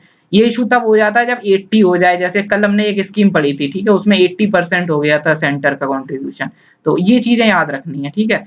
इसके अलावा यहाँ पे क्या है कि 50-50 हो गया है, तो ये ध्यान रखना। इसके अलावा इसमें क्या फीचर है, that water quality monitoring and surveillance होगा यहाँ पे, मतलब वाटर टेस्टिंग वगैरह होगी, ठीक है, कि वाटर की क्वालिटी कैसी है, जैसा अभी दिल्ली में बवाल चला था कि दिल्ली में ministry of consumer food and public distribution, जो कंज्यूमर अफेयर्स की मिनिस्ट्री है, उसका कोई सर्वे हुआ था, और वो सब चीजें आपने देखी होंगी, तो ऐसे ही वाटर क्वालिटी मॉनिटरिंग भी होगी। और इम्प्लीमेंटेशन का काम जो है, इम्प्लीमेंटेशन है वो कैसा है, टाइम बाउंड कंप्लीशन करना है, तो यहाँ पे 2024 की तारीख लिखी है ना, तो टाइम बाउंड है, ये जो चीजें है ना, ये आप किसी भी आंसर में लिख सकते हो, किसी के भी वे फॉरवर्ड में, ठीक है, ये चीज ध्यान रखना है, एक्स्ट्रा एनालिसिस कहीं पे भी लिख दो, टाइम बाउंड कंप्लीशन होना चाहिए, यूटिलिटी बेस्ड अप्रोच, ठीक है, इंपॉर्टेंट, जैसे हमने अभी क्या पढ़ा था, रिवर बेसिन अप्रोच, ठीक है, तो वैसे ही यूटिलिटी बेस्ड अप्रोच है यहाँ पे। कन्वर्जेंस है अदर स्कीम से, जैसे एमजी नरेगा वगैरह से कन्वर्जेंस, जो और स्वच्छ भारत है और उन सबसे। इसके अलावा इंसेंटिव फॉर कम्युनिटी, जो भी कम्युनिटी के लिए इंसेंटिव भी है, जो कम्युनिटी यहाँ पे पार्टिसिपेट करेंगे, हेल्प करेंगे इसमें, जो भी उसमें कोऑपरेट करेंगे, जो भी है, तो यहाँ पे कम्युनिटी पार्टिसिपेशन है और प्रायोरिटाइजेशन भी है, ठीक है। इसके अलावा इंस्टीट्यूशनल मैकेनिज्म भी यहाँ पर है, so national state district village, तो जैसे हमने देखा था ना वहाँ पे 5 टियर था, ठीक है, ऐसे ही यहाँ पर भी ऐसे इंस्टीट्यूशनल मैकेनिज्म भी प्रोवाइड किया गया है। This is all about ministry of Jal शक्ति, ठीक है, तो ये आपका मिशन जो जल शक्ति मिनिस्ट्री है वो हमने कवर कर ली है। Let me check this thing.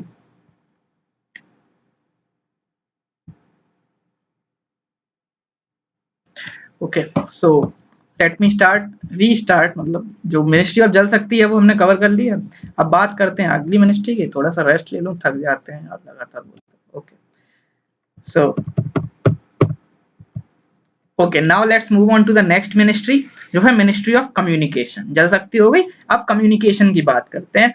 Communication ministry में बेसिकली 2 डिपार्टमेंट हैं, एक है डिपार्टमेंट ऑफ टेलीकम्युनिकेशन और दूसरा डिपार्टमेंट जो है वो है डिपार्टमेंट ऑफ पोस्ट। ठीक, टेलीकम्युनिकेशन और पोस्ट। तो डिपार्टमेंट ऑफ टेलीकम्युनिकेशन की डीओटी की जो मिनिस्ट्री जो स्कीम्स हैं वो हम अभी पढ़ेंगे, बाकी लास्ट में पोस्ट की भी एक आएगी। तो डिपार्टमेंट ऑफ टेलीकम्युनिकेशन में भी है national broadband mission. National broadband mission क्या है, बेसिकली ये बात करता है 2022 में सभी विलेजेस को ब्रॉडबैंड देना है। ठीक, तो तभी मैंने बताया था 2024 में क्या करना है, वो इम्पोर्टेंट हो जाएगा अगले एग्जाम के लिए। क्यों? क्योंकि यूपीएससी में वो जानते हैं कि बच्चे मतलब आलसी हैं, तो बच्चे इतना ध्यान नहीं देंगे, है ना। तो दैट्स वाई थोड़ा सा आंखें अपनी खोल के रखना जहाँ 2024 या 23 या 25 हो, क्योंकि 2022 तक बहुत जगह है, तो इसलिए इन चीजों को ध्यान रखना। ठीक है, कहीं पर भी कुछ भी हो सकता है आपके साथ। ठीक है, तो ध्यान रखना है इसको। ब्रॉडबैंड एक्सेस हर विलेज को बाई 2022। इसके अलावा laying of incremental 30 lakh route kilometre of optical fibre cable and increase in the जो डेंसिटी है टावर डेंसिटी उसको 0.42 से 1 टावर पर 1000 करना है बाई 2024। तो ब्रॉडबैंड तो 2022 तक ही करना है, लेकिन जो टावर डेंसिटी वगैरह है, ऑप्टिकल फाइबर केबल है, उसकी 2024 तक की टाइमलाइन है। ठीक है, समझ गए, याद रखना है इसको कि ब्रॉडबैंड जो है वो तो 2024 तक है, लेकिन जो टावर वगैरह का इंक्रीज करना है, ठीक है, 0.4 से 1, मतलब एक तरीके से हम डबल कर रहे हैं, तो यहाँ चाहिए थोड़ा सा टाइम, तो 2024 तक। ठीक है, तो टेली डेंसिटी, टावर डेंसिटी, ये कीवर्ड्स अपने मेंस के लिए भी ये पॉइंट्स, ये डेटा वगैरह यूज कहीं कहीं नोट कर लेना ताकि आप यूज कर सकें। इसके अलावा develop a broadband readiness index. अब भाई देखो अंतर, देखो BRI। अब चाइना और इंडिया में क्या अंतर है? चाइना में बात हो रही है बेल्ट एंड रोड इनिशिएटिव की, BRI की, वो अपना भैया डेवलपमेंट कर रहे हैं, वो इंफ्रास्ट्रक्चर और ये कर रहे हैं। और इंडिया में अभी इतना पीछे हम चाइना से कि हम यहाँ बात कर रहे हैं ब्रॉडबैंड रेडीनेस इंडेक्स की। ठीक है, तो ऐसे आप थोड़ा सा याद करने के लिए मैं ये कहानी बता रहा हूँ, ऐसे इंपॉर्टेंट नहीं है, लेकिन अब नहीं भूलोगे आप, है ना। याद रखोगे कि हाँ broadband BRI belt and road initiative, है ना। तो दैट्स वाई कुछ चीजें ऐसी करनी चाहिए लाइफ में। ओके, नाउ और ये क्या बात करता है, ये बात करता है creation of digital fibre map of the digital communication network and infrastructure including optical fibre. तो ये डिजिटल फाइबर मैप बनाने की भी बात हो रही है, तो डिजिटल फाइबर मैप बनाना है, ऑप्टिकल फाइबर केबल लगानी है 2024 तक, डेंसिटी बढ़ानी है 2024 तक, BRI को डेवलप करना है और ब्रॉडबैंड पहुंचाना है। ठीक है, so these are all the you can say objective. अब इसमें क्या है, ये इसके फीचर्स हैं दैट यहाँ पे आपको देखने को मिलता है 3 principles of universality, affordability and quality provide किए जाएंगे। यार ये तो याद ही नहीं होता हमें, तो ऐसे कैसे याद करें। तो आपने एक चीज पढ़ी होगी, फूड सिक्योरिटी पढ़ा है, एनसीईआरटी पढ़ी होगी, NCERT food security. Food security का मतलब क्या होता है, एज पर एनसीईआरटी की जो 9th क्लास की बुक है उसमें जो चैप्टर है उसके according, food security is the availability, accessibility and affordability of the food, है ना। सबको फूड जो है वो अवेलेबल हो, और अवेलेबल है तो एक्सेसिबल भी हो, है ना। ऐसा नहीं है कि बीच में नदी वदी पार करके जाना पड़े, तो एक्सेसिबल भी हो, है ना, वो फूड में आप पहुंच सको उसके पास। और एक्सेसिबल हो मतलब पास में हो, ऐसा नहीं है कि 50 100 1.5 2,000 किलोमीटर जाके आपको फूड मिलेगा, नहीं, ऐसा ना हो, एक्सेसिबल हो और अवेलेबल भी हो, ऐसा हो, और अफोर्डेबल भी हो। ऐसा भी नहीं है कि मतलब मिल तो पड़ोस में ही रहा है, अवेलेबल भी है, एक्सेसिबल भी है, लेकिन अफोर्डेबल नहीं है, महंगा है बहुत। तो ये फूड सिक्योरिटी बोलता है, फूड सिक्योरिटी में ये पढ़ते हो। वही चीज है ये नेशनल ब्रॉडबैंड मिशन में, ये प्रिंसिपल जो है ना, यूनिवर्सल प्रिंसिपल, तो ये यही वाले हैं। देखो यूनिवर्सलिटी का मतलब है कि अवेलेबल होगा, अवेलेबल होगा, अवेलेबल। अफोर्डेबिलिटी, तो अफोर्डेबिलिटी तो सीधा है। और क्वालिटी का मतलब कि वो बेसिकली यहाँ पे ए जो है ना, इसमें क्यू भी होता है, अवेलेबिलिटी, अफोर्डेबिलिटी, एक्सेसिबिलिटी और क्वालिटी। ठीक है, तो ये उसी तरीके की चीजें हैं, तो इनको ये जो कीवर्ड्स हैं ये अच्छे अच्छे जार्गन्स होते हैं जो एग्जामिनर को खुश कर देते हैं और मार्क्स आपको मेंस में दे देते हैं। ठीक है, ध्यान रखना इनको, इनको यूज करना। अगर ये याद ना हो रहा हो यूनिवर्सलिटी ये वो, तो ये लिख देना ए क्यू वाला। ठीक है, कि अवेलेबिलिटी और ये सब। ठीक है, अवेलेबिलिटी, अफोर्डेबिलिटी, एक्सेसिबिलिटी, क्वालिटी। ठीक, इसके अलावा विजन क्या भैया, विजन क्या है इसका, तो विजन है to fast track the growth of digital communication. जो ग्रोथ हो रहा है ना वो धीरे धीरे हो रहा है, तो इसको फास्ट ट्रैक करना है, इंफ्रास्ट्रक्चर और डिजिटल डिवाइड को ब्रिज करना है। क्योंकि हैव और हैव नॉट्स क्रिएट हो रहे हैं सोसाइटी में, ठीक है। जब हम बात करते हैं डिजिटलाइजेशन की या इन चीजों की, तो हमें दिक्कत यही आती है दैट किसी के पास अगर इंटरनेट नहीं है तो उसके सारे rights, fundamental rights of education और मूवमेंट, स्पीच एंड एक्सप्रेशन, सबकी धज्जियां उड़ जाएंगी एक ही बार में, ठीक है। दैट्स वाई डिजिटल डिवाइड जो है वो बहुत ज्यादा खतरा है, तो इसको भरने का काम यहाँ पे हो रहा है, ब्रिज करने का काम हो रहा है, और डिजिटल एम्पावरमेंट की बात हो रही है, ठीक है। सिंपल है, यहाँ पे कोई रॉकेट साइंस नहीं है, ना यहाँ पे कोई यूपीएससी कुछ पूछ पाएगा, ठीक है। आप कॉमन सेंस से इनको यूज कर सकते हैं। इसके अलावा फंडिंग, तो फंडिंग कहाँ से आएगी? इन्वेस्टमेंट जो है वो 100 बिलियन का यहाँ पर है फंडिंग, ठीक है। ये होगा, ठीक है, समझ गए। और इसका 10% जो है वो यूएसओएफ से आएगा। यूएसओएफ क्या होता है भैया? यूएसओएफ ये लिखा हुआ है बगल में, ये एक स्टैट्यूटरी फंड है, आपको पता होगा, universal service obligation fund. Indian telegraph act amendment act 2003 में ये स्टैट्यूटरी बॉडी बनाया गया, स्टैट्यूटरी फंड बनाया गया, यूनिवर्सल सर्विस ऑब्लिगेशन फंड, ठीक है। और ये यूटिलाइज किया जाता है जो यूनिवर्सल सर्विस ऑब्लिगेशन वगैरह हैं उनको, ठीक है। जैसे फॉर एग्जांपल आप ऐसे समझो, पहले होता था बीएसएनएल, ठीक है, बीएसएनएल ओके, प्राइम पब्लिक है, तो गांव वगैरह में ये जाने को तैयार रहते थे और प्रोवाइड जो जो हमारे प्रिंसिपल होते हैं ना, एक्सेसिबिलिटी, अफोर्डेबिलिटी और अवेलेबिलिटी, उनके चक्कर में ये रहते थे। लेकिन फिर क्या हुआ, हमारा ये टेलीकम्युनिकेशन सेक्टर में जो प्राइवेट पार्टीज आ गई। प्राइवेट पार्टीज तो उनका मॉडल मेट्रो सिटी से शुरू होते होते जो बड़ी बड़ी डिस्ट्रिक्ट है वहां जाएगा, और गांव में उतना नहीं पहुंचा था, तो फिर बीएसएनएल के पास ये दारोमदार था, ठीक है। तो प्राइवेट आ गए, तो प्राइवेट कुछ तो उसका रिस्पॉन्सिबिलिटी होनी चाहिए। तो ऐसे ही आपको मिलने को देखने को मिलता है दैट यहाँ पे अमेंड करके यूएसओएफ डाल दिया गया। यूएसओएफ इज नथिंग बट एक फंड है, सर्विस ऑब्लिगेशन, मतलब जो इन चीजों को, मतलब जैसे अगर आप वो काम नहीं कर रहे हो, आप गांव में अगर नहीं लगा रहे हो, तो कम से कम इतना पेनल्टी या पैसा एक दे दो, जिसकी यूज करके हम गांव तक वो चीजें पहुंचा सकें, समझ गए। तो यानी ये चीज है, जैसे आप सीएसआर में भी यही कॉन्सेप्ट है, यूएसओएफ में भी यही कॉन्सेप्ट है, जो कैंपा होता है, ठीक है, कंपनसेटरी एफॉरेस्टेशन एंड वो मैनेजमेंट वाला जो है, वो भी यही चीज है।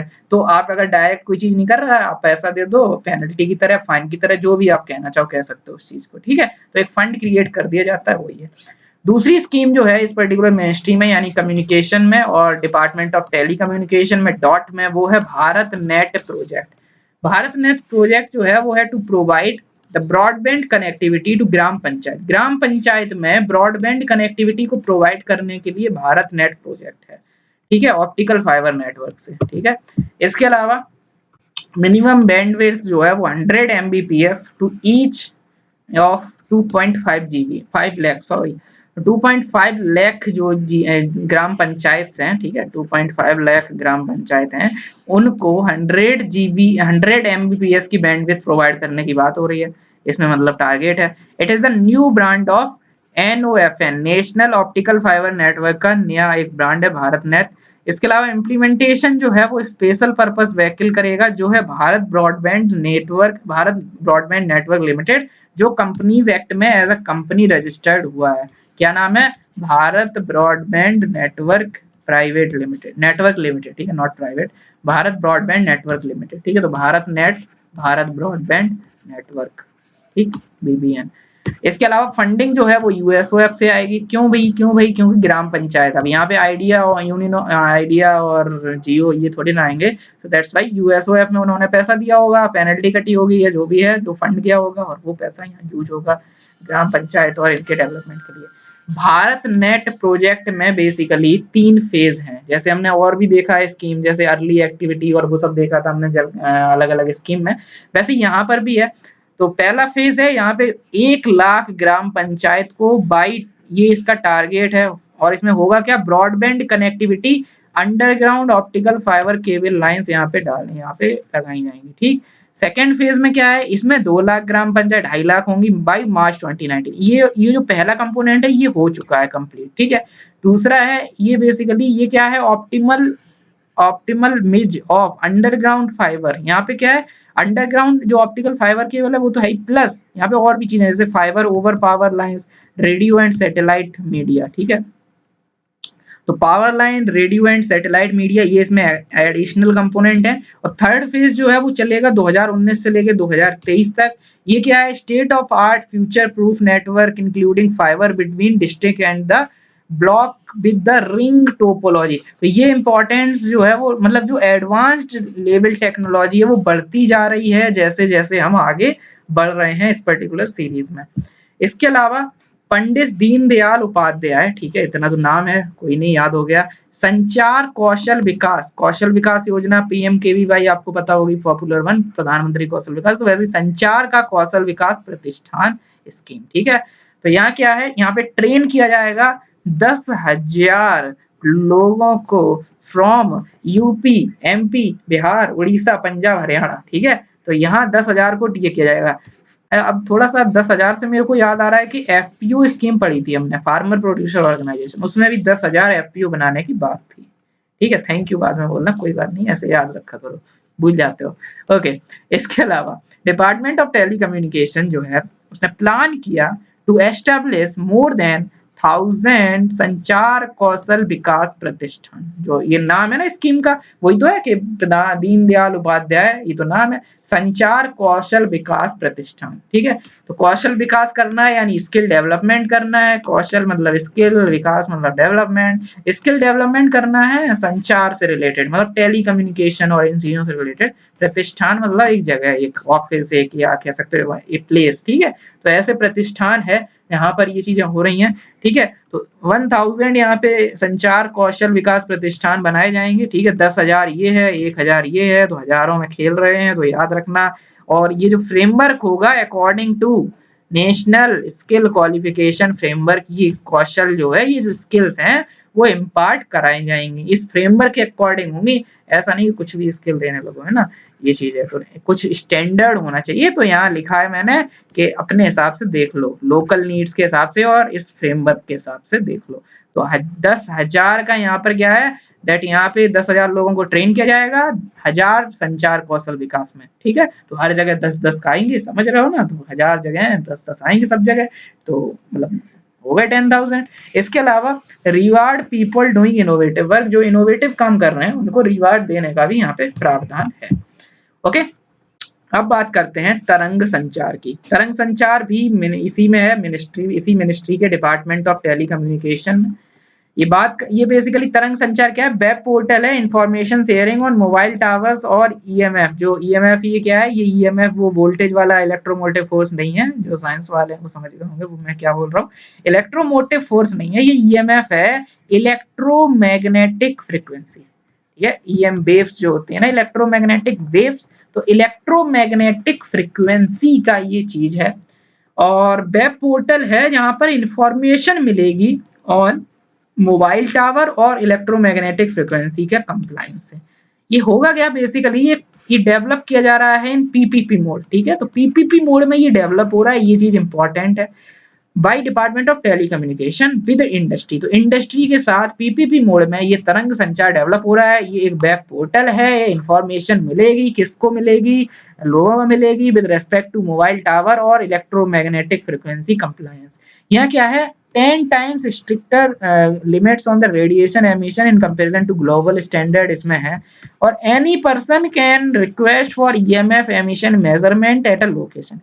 जैसे मान लो मैं यहाँ रह रहा हूँ, मेरी जगह ये है, तो मैं इस एरिया में मैं यहाँ पे कितना ईएमएफ है, ठीक है, इलेक्ट्रोमैग्नेटिक फ्रीक्वेंसी, और यहाँ टावर वगैरह जो है वो क्या है, तो इनका इंफॉर्मेशन मैं यहाँ पर मांग सकता हूँ। समझ में आ गया, बिल्कुल सिंपल है।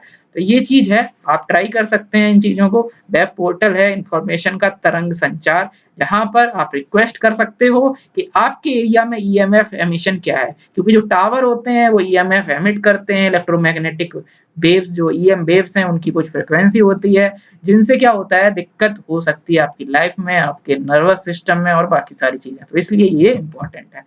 इसके अलावा डिपार्टमेंट ऑफ टेलीकम्युनिकेशन यहीं पर समाप्त होता है। 4 चीजें हमने पढ़ ली, ब्रॉडबैंड मिशन पढ़ा, इसके अलावा भारत नेट प्रोजेक्ट पढ़ा, इसके अलावा तरंग संचार पढ़ा, और एक पढ़ा था हमने आपका जो दीनदयाल उपाध्याय संचार कौशल विकास प्रतिष्ठान, ठीक है। तो बड़ा सा नाम था, तो उसमें 1,000 बना के 10,000 को ट्रेन करना था, है ना, बस खत्म, है ना, ऐसे है, बहुत सिंपल है। अब जो है वो है डिपार्टमेंट ऑफ पोस्ट। और इसमें है 2 स्कीम और 2 और हैं, 4 हैं टोटल डिपार्टमेंट ऑफ पोस्ट में। सिंपल सी हैं, पढ़ लो एक बार कि दर्पण एक है, दर्पण प्रोजेक्ट। दर्पण प्रोजेक्ट नाम क्या है? Digital advancement of rural post office for. देखो पोस्ट का आजकल काम नहीं है, आप सोचोगे यार ये पोस्ट वोस्ट हमें क्यों पढ़ना पड़ता है यार, हम आजकल कौन पोस्ट करता है। तो यही आपको ये समझना है कि ये जो स्कीम्स भी हैं ये सब पोस्ट वाली नहीं है कि पोस्ट कार्ड के लिए कोई स्कीम आ रही है, नहीं, वो तो सब जो है वो तो आउटडेटेड हो गया। बट क्या है कि जो पोस्ट ऑफिस है उनकी रीच पूरे इंडिया में है, ये तो मानते हो ना, रीच इंडिया में है, तो उस रीच का यूज करके उसको कहीं और यूज करने की बातें होती रहती हैं। जैसे बैंक वाला एक सिनेरियो था कि आपका बैंक आपके द्वार, तो उसमें इंडियन पोस्ट पेमेंट बैंक आया था, ठीक है, समझ रहे हो। तो ऐसे लिंक करो, ऐसे समझने की कोशिश करो कि पोस्ट की आज यूटिलिटी नहीं है लेकिन उनकी रीच इतनी ज्यादा है कि अगर उसको ट्रांसफॉर्म कर देगा किसी चीज में तो वो बेटर से काम करेगा, ठीक है, ग्राउंड में पहुंच जाएगा क्योंकि पहले से पहुंचा हुआ है, आप उसे काम बस दूसरा दे दो, बस दैट्स इट। तो इसलिए ये इंपॉर्टेंट है, ठीक है। तो दर्पण जो है वो ये एक प्रोजेक्ट है, यहाँ इसका एम क्या है? To improve the quality of service and achieve financial inclusion of unbanked rural population, ठीक है। तो रूरल पॉपुलेशन जो अनबैंक्ड है तो उसको प्रोवाइड करने के लिए provide a low power technology solution to each branch postmaster, ठीक है। और इसके अलावा रिसेंटली ये जो पीएलआई एप्लीकेशन जो है वो लॉन्च हुआ है, seamless collection on premium of postal life insurance and rural postal life insurance policy, ठीक है। तो इन सब में ये चीजें यूज हो रही हैं, दर्पण पीएलआई एप्लीकेशन और दर्पण, ठीक है। तो ये रूरल में जो अनबैंक्ड एरिया है उनको बैंकिंग, जो मैंने अभी एग्जांपल दिया था जैसे, तो वैसा ही यहाँ पर है, जैसे इंडियन पोस्ट पेमेंट बैंक है वैसे ही है।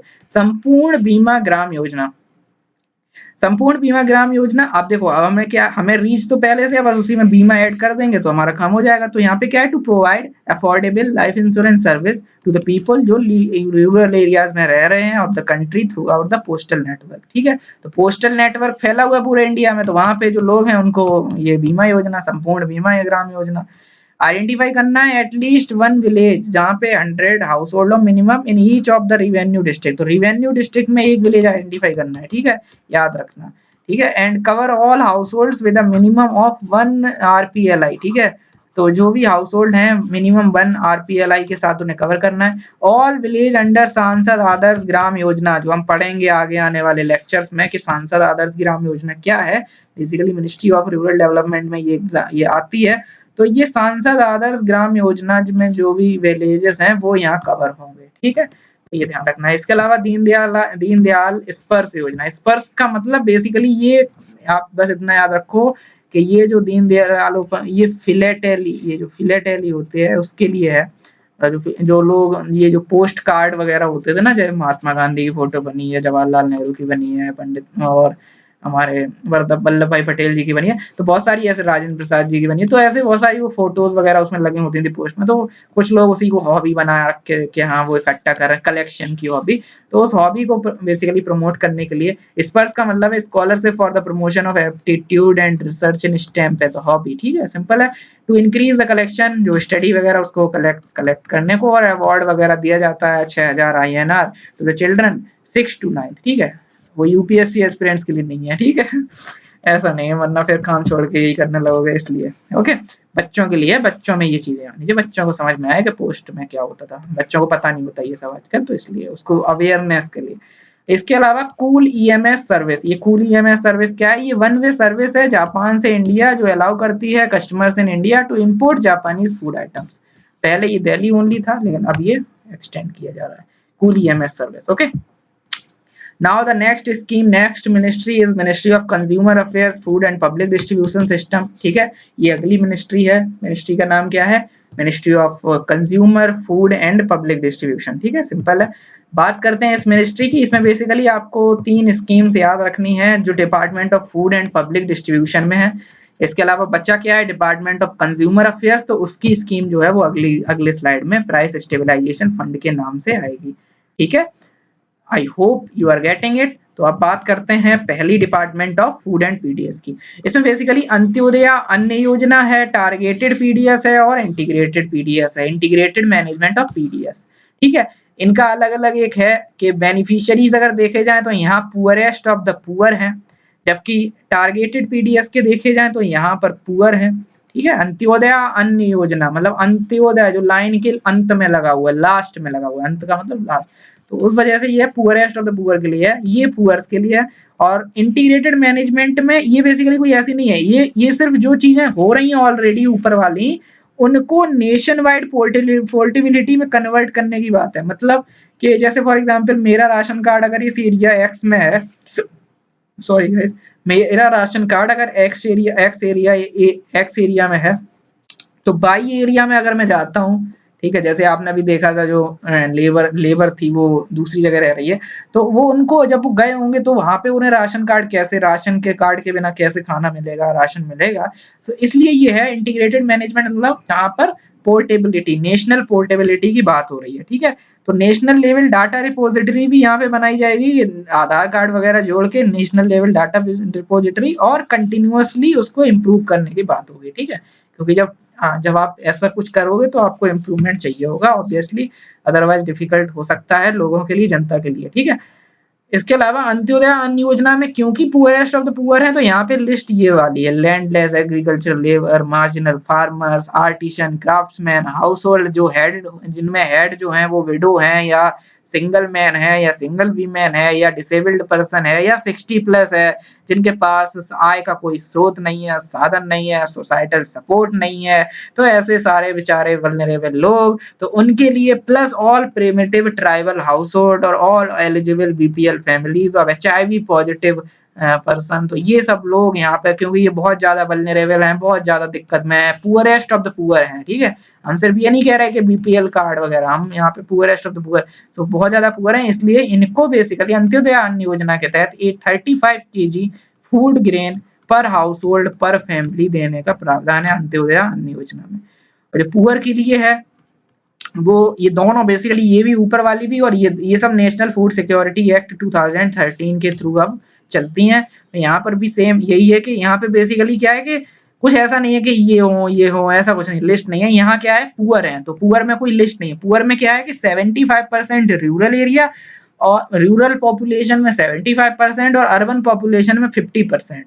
मतलब इसने डीलिंक कर दिया पॉवर्टी एस्टीमेट से चीजों को, क्योंकि 75% ऑफ रूरल, मतलब यहाँ ऐसा नहीं है कि 75% ऑफ यू कैन से कितने लोग गरीब हैं, वो सबसे हटा दिया, बिकॉज उसमें भी बहुत दिक्कत रहती है कि डेटा वगैरह नहीं होता ना गरीबों का, तो इसलिए ये थोड़ा सा ऐसे रहती है। ठीक है, इसके अलावा 5 केजी फूड ग्रेन पर फैमिली पर मंथ। ठीक है, तो यहाँ 35 केजी या ये 5 केजी है, और इसके अलावा वन रुपी पर केजी फॉर कोर्स ग्रेन, 2 रुपी पर केजी फॉर व्हीट और 3 पर केजी फॉर राइस। राइस का चाहे ये भी ज्यादा है, और हमने देखा था जब फसल बीमा योजना तो प्रीमियम भी राइस में व्हीट से ज्यादा था। ठीक है, तो ऐसे याद रख सकते हो दोनों चीजें।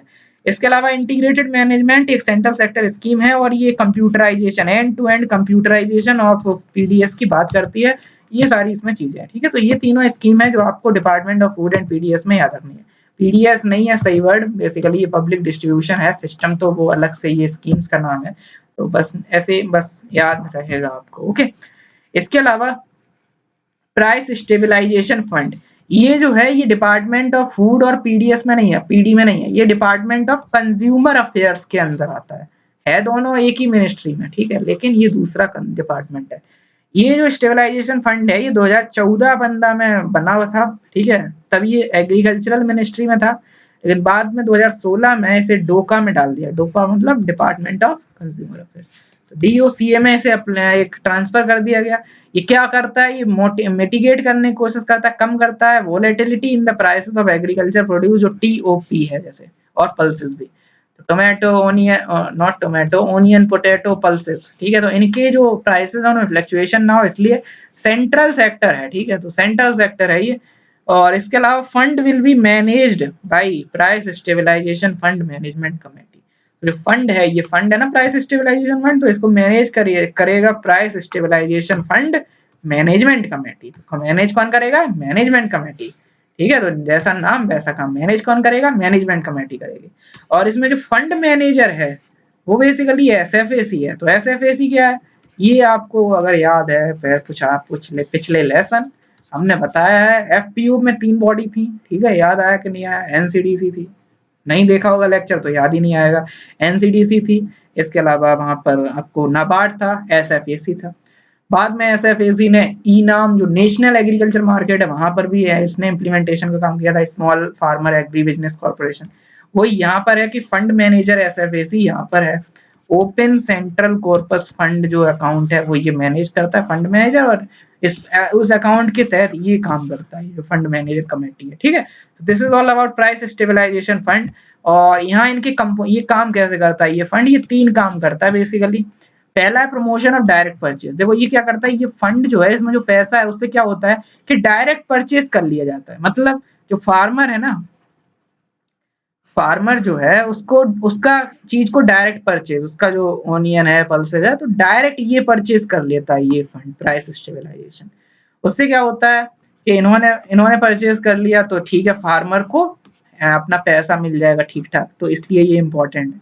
इसके अलावा ये परचेज करके, अब परचेज कर लिया, ठीक है, मैंने ये परचेज कर लिया, यहाँ इमेजिन करके समझो कि मैंने ये परचेज कर लिया, ये स्टॉक बन गया मेरे पास, ठीक है, मैंने ये परचेज कर लिया। अब या तो मैं इसको स्टॉक में रख लूं, रखूं, या इसको कहीं इसको कुछ करूं मैं इसका, ठीक है, इसको बेच दूं, ठीक है, सेलिंग कर दूं, तो 2 चीजें मैं कर सकता हूँ। अगर मैंने मेंटेन किया स्ट्रेटेजिक बफर, अगर मैंने इसे खरीद के फार्मर से जब खरीदा तो फार्मर का फायदा हो गया, पहला कंपोनेंट तो ये है। दूसरा कंपोनेंट है मैं ये रखे हुए हूँ, ठीक है, अगर मैं ये रखे हुए हूँ इट बेसिकली मीन्स कि अब यहाँ पर जो होर्डिंग वगैरह होती है ना, तो उस प्रैक्टिस को मैंने कंट्रोल कर लिया।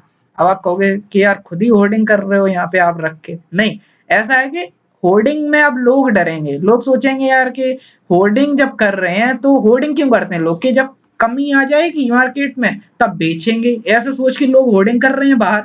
लेकिन जब प्राइस स्टेबलाइजेशन फंड में वो चीज इकट्ठी हो रखी है, तो जैसे ही कमी आएगी तो ये निकाल देगा अपना स्टॉक। सो वो होर्डिंग को एक पुश जो मिलता है कि हाँ यार जब फायदा होगा तब बेचेंगे, उन्हें पता चल जाएगा यार ये सब फ्लक्चुएशन तो होता ही नहीं है आजकल, ये गवर्नमेंट बहुत चालू हो गई है, प्राइस स्टेबलाइजेशन फंड में होर्डिंग होर्डिंग नहीं हो पा रही है। सो इसलिए ये स्ट्रेटेजिक बफर इंपॉर्टेंट है, समझ आ गया कि अगर गवर्नमेंट वो चीज रखती है तो गवर्नमेंट होने ही नहीं देगी फ्लक्चुएट, तो फिर होर्डिंग वालों के लिए जो इंसेंटिव है वो कभी जनरेट ही नहीं होगा, और जब जनरेट नहीं होगा तो वो एक साइकिल बन जाएगी कि फिर आगे वो चीज करने की सोचेंगे भी नहीं, तो एक साइकिल चलती रहेगी, समझ आ गया। दूसरा इसका कंपोनेंट ये है कि ये चीज ये लोग सप्लाई भी कर सकते हैं मार्केट में, अब ये चीज बेच भी सकते हैं जो इन्होंने खरीदी है मार्केट में सस्ते दाम पर, है ना, तो अब क्या है कंज्यूमर को भी फायदा। तो प्राइस स्टेबलाइजेशन फंड जो है, कोई क्वेश्चन आ जाए एनालिसिस का या आपको बेसिक एडवांटेज समझ में आते हो तो यही है कि फार्मर से जब ले रहे हो डायरेक्ट प्रोक्योरमेंट या परचेज कर रहे हो तब फार्मर का फायदा, अगर रख लोगे तो भी फायदा, और अगर बेच दोगे फिर आगे किसी को तो भी फायदा, ठीक है, तो हर तरीके से हेल्प कर रहा है। तो this is all about price stabilisation. इसके अलावा इस डिपार्टमेंट डीओसी है, डिपार्टमेंट ऑफ कंज्यूमर अफेयर्स, इसके कुछ माइनर अदर इनिशिएटिव हैं जैसे डिजिटली सेफ कंज्यूमर कैंपेन, तो सेफनेस सेफ्टी के लिए है, ठीक है, कि कोई भी दिक्कत ना आए, और Ingram basically integrated grievance redressal mechanism, ठीक है, तो जैसे हमने आयुष के अंदर पढ़ा था, हर जगह हम पढ़ते हैं ग्रीवेंस रिड्रेसल होना चाहिए, तो ऐसे ही कस्टमर्स का कंज्यूमर्स का ग्रीवेंस रिड्रेसल के लिए इनग्राम बनाया गया है, ठीक है, छोटे छोटे हैं बट आपको बस पता होना चाहिए, इतना ही इसमें आपको जानना है। Ministry of consumer affairs, sorry corporate affairs. So इस मिनिस्ट्री में क्या है, मिनिस्ट्री ऑफ कॉर्पोरेट अफेयर्स जो है उसमें बेसिकली 6 इनिशिएटिव है, इसमें कुछ ऐसा बड़ी स्कीम नहीं है, बट छोटे छोटे जो इनिशिएटिव होते हैं वो हैं। पहला है national CSR data portal. CSR आपको पता है corporate social responsibility,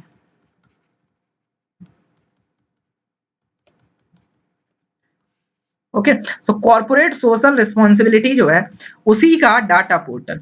it basically means that ये कैप्चर करेगा इंफॉर्मेशन जो कॉर्पोरेट सोशल रिस्पॉन्सिबिलिटी की एक्टिविटीज हो रही हैं, ठीक है, उनकी इंफॉर्मेशन यहाँ होगी। इससे क्या होगा, एक प्री डिफाइंड रिपोर्ट हमारे पास होगी, जैसे कॉर्पोरेट सोशल रिस्पॉन्सिबिलिटी किस एरिया में हो रही है, ठीक है, एरिया मतलब कि भारत के नक्शे में कहाँ ज्यादा हो रही है, ठीक, या किस सेक्टर में हो रही है ज्यादा, कि हेल्थ एजुकेशन में ज्यादा हो रही है या कहाँ ज्यादा हो रही है या कहाँ नहीं हो रही है, किस जगह लोग पैसा नहीं इन्वेस्ट कर, मतलब किस जगह नहीं कर रहे हैं, एजुकेशन में हेल्थ में ज्यादा करते हैं इधर उधर नहीं करते हैं। सो ऐसे बहुत सारी चीजें, तो डिस्ट्रिक्ट में स्टेट में डेवलपमेंट सेक्टर्स में ये सब चीजें हमें पता चल सकती है, सिंपल है, कुछ नहीं है, हलवा है बिल्कुल। इसके अलावा MCA 21 प्रोजेक्ट, ये एक ई गवर्नेंस इनिशिएटिव है, ठीक है, आपने सुना भी होगा, ये न्यूज में भी था एमसीए, ये होता है ministry of corporate affairs in 21st century, इसका फुल फॉर्म है। ये आपको देखने को मिला था जब आपने जीडीपी एस्टिमेशन जो है वो गलत है ऐसा अफवाह और ऐसी न्यूज सुनी थी, तो वहां एमसीए 21 डाटाबेस को यूज करने के ऊपर सवाल उठाए गए थे। एमसीए 21 डाटाबेस एक ई गवर्नेंस इनिशिएटिव है जो इंश्योर करता है efficiency of the core service जो भी हैं कंपनी अफेयर्स की, तो enabling an easy and secure access to ministry of corporate affair. तो यहाँ पे बेसिकली जो भी कॉर्पोरेट अफेयर्स मिनिस्ट्री में जो भी आपको रजिस्ट्रेशन जो भी करना पड़ता है, वो आप यहाँ डाटा वगैरह यहाँ पे आप अपना अप्लाई वगैरह कर सकते हो। ये बेसिकली ई गवर्नेंस इनिशिएटिव है, जैसे आपके स्कूल की अगर कोई वेबसाइट बन जाए तो वो एक आपके स्कूल का ई गवर्नेंस इनिशिएटिव है, ऐसे मिनिस्ट्री ऑफ कॉर्पोरेट अफेयर्स का एक ई गवर्नेंस इनिशिएटिव है, जैसे एमसीए 21 प्रोजेक्ट बोलते हैं। समझ आ गया? ओके, आ गया तो बहुत बढ़िया। स्पाइस प्लस, स्पाइस प्लस ये क्या है? ये स्पाइस प्लस जो है, जब आप इसे ईज ऑफ डूइंग बिजनेस पढ़ोगे, ईज ऑफ डूइंग बिजनेस पढ़ते हो, तो इंडिया की रैंकिंग जो है वो अब 63 हो गई है, और हम कंटिन्यूअसली इंप्रूव करते जा रहे हैं। पहले हमारी रैंक बहुत बुरी थी, तो उसमें बहुत सारी चीजें होती हैं, स्टार्टिंग अ बिजनेस, फिर उसके बाद फाइनेंस, और बहुत सारे कंपोनेंट हैं। तो एक कंपोनेंट जहां पर इंडिया ने बहुत अच्छे से इंप्रूव किया है, वो है कि अब इनकॉर्पोरेट करना, ये सब बिजनेस स्टार्ट करना, वहां पे हमने इंप्रूव किया है। तो उसमें कहीं ना कहीं स्पाइस प्लस का भी एक एडवांटेज या एक लिंक है। वो क्या है? वो ये है कि स्पाइस प्लस का जो फुल फॉर्म है वो आपको बता देगा, simplified promotion for incorporating company electronically, ठीक है। यानी कि इसका मतलब है कि सिंप्लीफाइड परफॉर्मा, ठीक है, परफॉर्मा जो है वो सिंपल है, for incorporating company electronically, electronically आप अपनी कंपनी को क्या कर सकते हो? इनकॉर्पोरेट कर सकते हो एक परफॉर्मा को फिल करके, जो सिंप्लीफाइड हो चुका है। पहले का सिंप्लीफाइड नहीं था, कॉम्प्लिकेटेड था, उस वजह से आपको अपनी कंपनी इनकॉर्पोरेट करने के लिए चक्कर लगाने पड़ते थे, तो आप परेशान होते थे। अब उस पर्टिकुलर चीज को सिंप्लीफाइड कर दिया गया है। So there is the simplification in the proforma, जो इनकॉर्पोरेट करवाता है कंपनीज को। समझ आ गया? तो इस वजह से ईज ऑफ डूइंग बिजनेस बढ़ा है।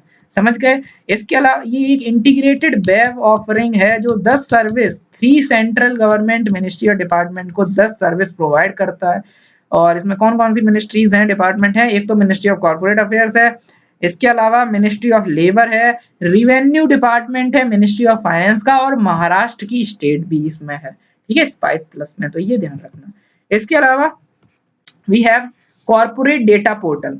कॉर्पोरेट डेटा पोर्टल क्या है? It will make available all the financial and non financial information of the companies available including annual financial statement. तो किसी भी कंपनी की ऑल द थिंग्स, चाहे वो कुछ भी हो, चाहे वो उसकी फाइनेंशियल रिपोर्ट हो, वेरियस इवेंट बेस्ड फिलिंग्स हो, ठीक है, पब्लिक व्यूइंग के लिए सारी चीजें खुली किताब की तरह रखी रहती हैं ministry of this corporate data portal में। तो आप ये चीजें यूज कर सकते हो, तो आपको याद ज्यादा रहेगा। एक बार जाओ सर्च करोगे क्या है ये कॉर्पोरेट डेटा पोर्टल, ठीक है, इस तरीके से आप कर सकते हैं। एक सेकंड का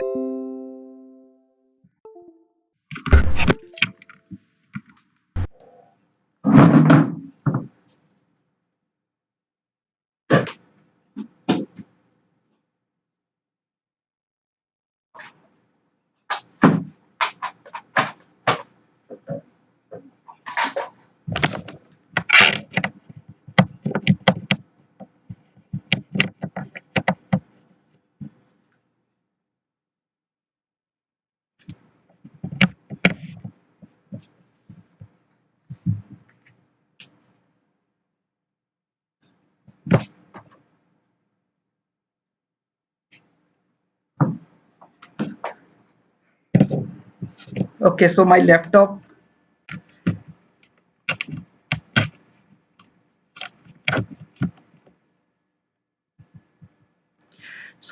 was about to discharge, that's why I have to go there, ठीक है, थोड़ा सा डिस्चार्ज हो गया था, तो अगर वो थोड़ा और देर हो जाती तो मैं लेक्चर भी कर गया था। ओके, सो लेट मी रिपीट, कॉर्पोरेट डेटा पोर्टल, तो मैं कह रहा था कि ये चीजें आप यूज कर सकते हो। आप यूज ऐसे कर सकते हो दैट फॉर एग्जांपल आप सर्च कर सकते हो दैट यहाँ क्या क्या डेटा है, तो आपको वो चीज लॉन्ग टर्म मेमोरी में वो याद रहेगी, क्योंकि जब आप फिर एग्जाम में देखोगे तो आप कहोगे अरे ये तो सर्च किया था, है ना। तो इस तरीके से आप इन चीजों को टाइम के हिसाब से फ्री टाइम में यूज कर सकते हो। LLP settlement scheme. ये स्कीम क्या है? LLP का मतलब पहले समझो, लिमिटेड लायबिलिटी पार्टनरशिप होती है। क्या होता है? Limited liability partnership. ठीक है, तो लिमिटेड लायबिलिटी पार्टनरशिप होती है। इसका मतलब क्या है? लिमिटेड लायबिलिटी पार्टनरशिप जो होती है, इसका पहले स्कीम का मतलब समझो, दैट ये सेटलमेंट की बात करती है, scheme for coordination of delays in filling of documents by these things. ठीक है, तो आप समझने की कोशिश करो कि पहले तो लिमिटेड लायबिलिटी पार्टनरशिप क्या होती है। जैसे फॉर एग्जांपल के 4 लोग किसी कंपनी में, जैसे कंपनी का मतलब है कि कोई कुछ भी है, ठीक है, कोई ऑर्गेनाइजेशन है, अगर उसमें बहुत सारे लोग हैं, जैसे अनअकैडमी है या जैसे कुछ और भी है, अनअकैडमी पे जैसे गौरव सर हैं, रोमन सर हैं, तो ये लोग एक साथ आए, तो इनके साथ में एक पार्टनरशिप में इन्होंने अगर कोई कंपनी खोली, तो यहाँ क्या होता है कि अगर एक की कोई गलती है, तो उसका जो जो उसका खामियाजा है वो दूसरे को भी भुगतना पड़ेगा। ठीक है, तो एक का जो भी गड़बड़ है, गड़बड़ घोटाला जो भी किया अगर किसी ने, ठीक है, कोई भी आप देख लीजिए, कोई भी LLP, अगर कोई भी कंपनी है, तो उसमें एक लायबिलिटी होती है सभी पार्टनर्स की। लायबिलिटी होती है सभी पार्टनर्स की। अगर एक ने कुछ ऐसा इनिशिएटिव लिया जिसकी वजह से कोई दिक्कत आ गई, कोई मतलब जैसे मान लो कोई फैक्ट्री है, लाइक ये तो अनअकैडमी तो एजुकेशनल है, तो यहाँ कोई रिस्क नहीं है, बट लेट्स से कोई ऐसी फैक्ट्री है जो कुछ किसी में डील कर रही है गैस वगैरह में, जैसे अभी गैस लीकेज हो गया था, तो क्या होगा? लायबिलिटी का मतलब है कि फिर अगर किसी एक की वजह से ऐसा हुआ, एक का डिसीजन की वजह से कुछ नुकसान हुआ, तो पूरे सबको लायबिल होंगे सब लोग। लेकिन लिमिटेड लायबिलिटी पार्टनरशिप में क्या होता है कि लिमिटेड लायबिलिटी होती है पार्टनर्स की, तो यहाँ क्या होता है? फ्लेक्सिबिलिटी दी जाती है ताकि आप अपनी इनोवेशन और बाकी चीजें ट्राई कर सको। अदरवाइज आप डर की वजह से ट्राई नहीं करोगे, और ट्राई तो दूर की बात है, आप शायद किसी के साथ पार्टनरशिप करो ही ना। और अगर आप किसी के साथ नहीं काम करोगे, तो इट बेसिकली मीन्स आपको अकेले करना पड़ेगा। अकेले करोगे तो आपको फिर पूरा रिसोर्स वगैरह जुगाड़ करना पड़ेगा। सो अल्टीमेटली उस चीज को करना डिफिकल्ट है ना। तो इस तरीके से है। इसका एग्जाम्पल है जैसे बाजीराम एंड रवि। ठीक है, तो कोचिंग इंस्टीट्यूट है दिल्ली में, पॉपुलर वन। तो Bajiram and Ravi limited liability partnership है। ठीक है, तो वहां पे जो बाजीराम है, एक रवि है, 2 लोग होंगे कोई, ठीक है, जो भी है, तो मेरे को तो आइडिया नहीं है कौन है, बट स्टिल जो है, तो उनका अलग अलग लायबिलिटी है। अगर वो कंपनी में एक ऐसा कंपनी बनते, तो फिर उनमें क्या होता है कि अगर एक का कुछ कुछ पॉलिसी है, तो दूसरे को भी लायबिलिटी रहेगी। अभी लिमिटेड लायबिलिटी है। ठीक है, सो ऐसे आप याद रख सकते हो। और ये इसको फोकस क्यों है? ये इंपॉर्टेंट इसलिए है क्योंकि कल हमने पढ़ी थी ministry of commerce and industries की स्टार्टअप इंडिया। और स्टार्टअप इंडिया में मैंने बताया था कि स्टार्टअप इंडिया में रिसेंटली स्टार्टअप की डेफिनेशन को ब्रॉड किया गया है। क्या क्या ब्रॉडनिंग हुई थी? हमने पढ़े थे उसमें फीचर, जैसे पहले 7 साल था, अब वो 10 साल हो गया है। पहले 25 करोड़ था, वो अब 100 करोड़ हो गया है। और उसमें बेसिकली हमने देखा था कि प्राइवेट कंपनी, प्राइवेट एंटिटी और लिमिटेड लायबिलिटी वाली एंटिटी भी हो सकती है ना। तो स्टार्टअप के लिए भी लिमिटेड लायबिलिटी पार्टनरशिप जो है, अगर वो आपकी है, तो आप स्टार्टअप के उसमें कैटेगरी में आओगे। सो that's why it becomes important. और इनको इजीनेस प्रोवाइड करने के लिए, इनको कोऑर्डिनेशन डिले वगैरह रोकने के लिए ये चीज है, समझ गए। इसके अलावा एक है इंडिपेंडेंट डायरेक्टर्स डाटा बैंक। ये डाटा बैंक बेसिकली आपको एक्सेस प्रोवाइड करता है। जैसे मान लो कि आपको डायरेक्टर बनना है, ठीक है, या तो आप बेसिकली रजिस्ट्रेट, या तो आप इंडिपेंडेंट डायरेक्टर हो, या आप एस्पायर हो इस चीज में जाने के लिए, इस फील्ड में जाने के लिए, इंडिपेंडेंट डायरेक्टर बनने के लिए। तो आप क्या करो, इंडिपेंडेंट डायरेक्टर डेटा बैंक के प्लेटफॉर्म पर अपना रजिस्ट्रेशन करा दो कि ठीक है, हम यहाँ पर इंडिपेंडेंट डायरेक्टर हैं, और या ये करा दो कि हमें बनना है कहीं और। ठीक है, तो यहाँ आपने रजिस्ट्रेशन करा दिया, सामने से कंपनी जो है वो अपना रजिस्ट्रेशन करा के वो देख लेगी कि हाँ, हमें डायरेक्टर चाहिए, हमें डायरेक्टर चाहिए। तो फिर वो देख लेगी कि उसी क्रेडेंशियल, जैसे ये एक तरीके का वो है ना, जो हम देखते हैं फिनटेक में, देखते हैं फिनटेक कंपनीज होती है ना, fintech companies, financial technological companies. तो वहां पे जो एग्रीगेटर्स होते हैं, या आप ऐसे समझ लो जैसे OLX है। OLX में क्या होता है? OLX में, और ये जो और कौन सी थी ये कंपनी, चलो छोड़ो, OLX जैसे है, ठीक है। तो वहां क्या होता है? वहां पे जो बेचने वाला है वो आएगा कि हमें ये बेचना है, वहां पे जो खरीदने वाला है वो आएगा कि हमें ये खरीदना है, आपस में हो जाएगा। तो यही चीज यहाँ है इंडिपेंडेंट डायरेक्टर्स, डाटा बैंक में डायरेक्टर जो इंडिपेंडेंट हैं वो या जो बनना चाहते हैं वो अपने क्रीडेंशियल वगैरह सबमिट कर सकते हैं, और जिसे डायरेक्टर कंपनी को चाहिए वो देखेगी, वहां से देखेगी, उठाएगी, खत्म कहानी। ठीक है, समझ आ गया? सो this is all about independent directors database. अब बात करते हैं मिनिस्ट्री ऑफ कल्चर की। मिनिस्ट्री ऑफ कल्चर में पहला प्रोजेक्ट है प्रोजेक्ट मौसम। प्रोजेक्ट मौसम जो है वो एक्सप्लोर करने की बात है, कहाँ एक्सप्लोर करना है? Multi faceted Indian ocean world. तो इंडियन ओशियन में जो भी चीजें हैं, तो अब ये रिसर्च वगैरह होगी। ये रिसर्च वो वाली नहीं होगी कि डीप सी माइनिंग करनी है, ना ना, वो वाली नहीं। ये रिसर्च वो वाली है कि आर्कियोलॉजिकल सर्वे, हिस्टोरिकल सर्वे, और जो भी है हिस्ट्री हिस्ट्री वगैरह, क्योंकि ये कल्चर मिनिस्ट्री पढ़ रहे हैं ना, याद रखो। मिनिस्ट्री ऑफ कल्चर के अंदर है प्रोजेक्ट मौसम। अब मौसम पढ़ के इसको मॉनसून और मौसम और अर्थ साइंस और वहां मत जोड़ देना, कल हम पढ़ेंगे, आज नहीं पढ़ेंगे, कल पढ़ेंगे। मिनिस्ट्री ऑफ अर्थ साइंस में एक प्रोजेक्ट, एक स्कीम है मॉनसून। ठीक है, तो वो मॉनसून अर्थ साइंस में है, लेकिन मौसम कल्चर में है। तो थोड़ा सा मौसम को एनवायरमेंट और अर्थ साइंस और इन सब चीजों से दूर रखना, नहीं तो मौसम आपका खराब हो जाएगा, नंबर कट जाएंगे। ठीक है, ध्यान रखना इसको कि प्रोजेक्ट मौसम जो है वो ओशियन, जो multi faceted Indian ocean world है ना, वहां पे रिसर्च वगैरह करके आर्कियोलॉजिकल सर्वे वगैरह की हेल्प से, और जो भी सर्वे वगैरह होते हैं वहां की हेल्प से इन चीजों को एक्सप्लोर करना है कि बहुत बढ़िया रिच कल्चर था। इसके अलावा ये इम्प्लीमेंट किया जा रहा है by Indira Gandhi national centre for arts. ठीक है, जैसे इग्नू होता है नेशनल ओपन यूनिवर्सिटी, ऐसे Indira Gandhi centre for arts new Delhi, तो वो उसकी इम्प्लीमेंटिंग एजेंसी है। Reestablishes and reconnect communication between 39 centres of the world. तो दो कंपोनेंट है, एक मैक्रो लेवल पे है, एक माइक्रो लेवल पर है। ठीक है, मैक्रो ये रहा, मैक्रो में 39 कंट्रीज जो है उनके बीच में कम्युनिकेशन होगा कि यार जो इंडियन ओशियन रीजन है ना, तो इंडियन ओशियन में आपको पता है, इवन आप उसमें देखोगे इंडियन ओशियन रिम एसोसिएशन, तो अराउंड 22 मेंबर्स तो उसी में आ जाते हैं, तो बाकी और भी इधर उधर की छोटी मोटी कंट्रीज। तो ऐसे करके बेसिकली यहाँ पर कम्युनिकेशन होगा कंट्रीज के बीच में।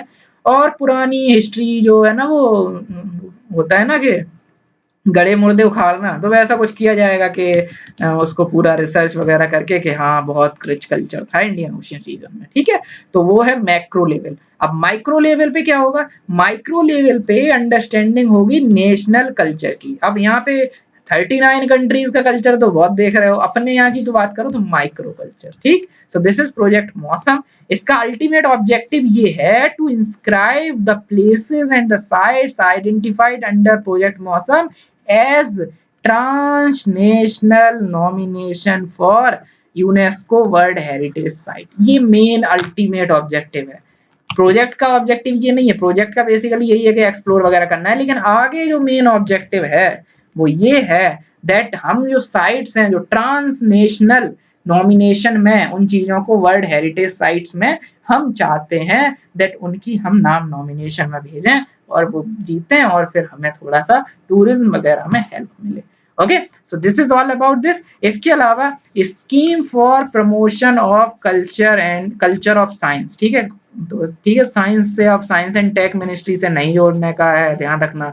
Promotion of culture of science, ठीक है, तो ये तो नाम से ही पता है कल्चर से है, कल्चर ऑफ साइंस को प्रमोट करना है।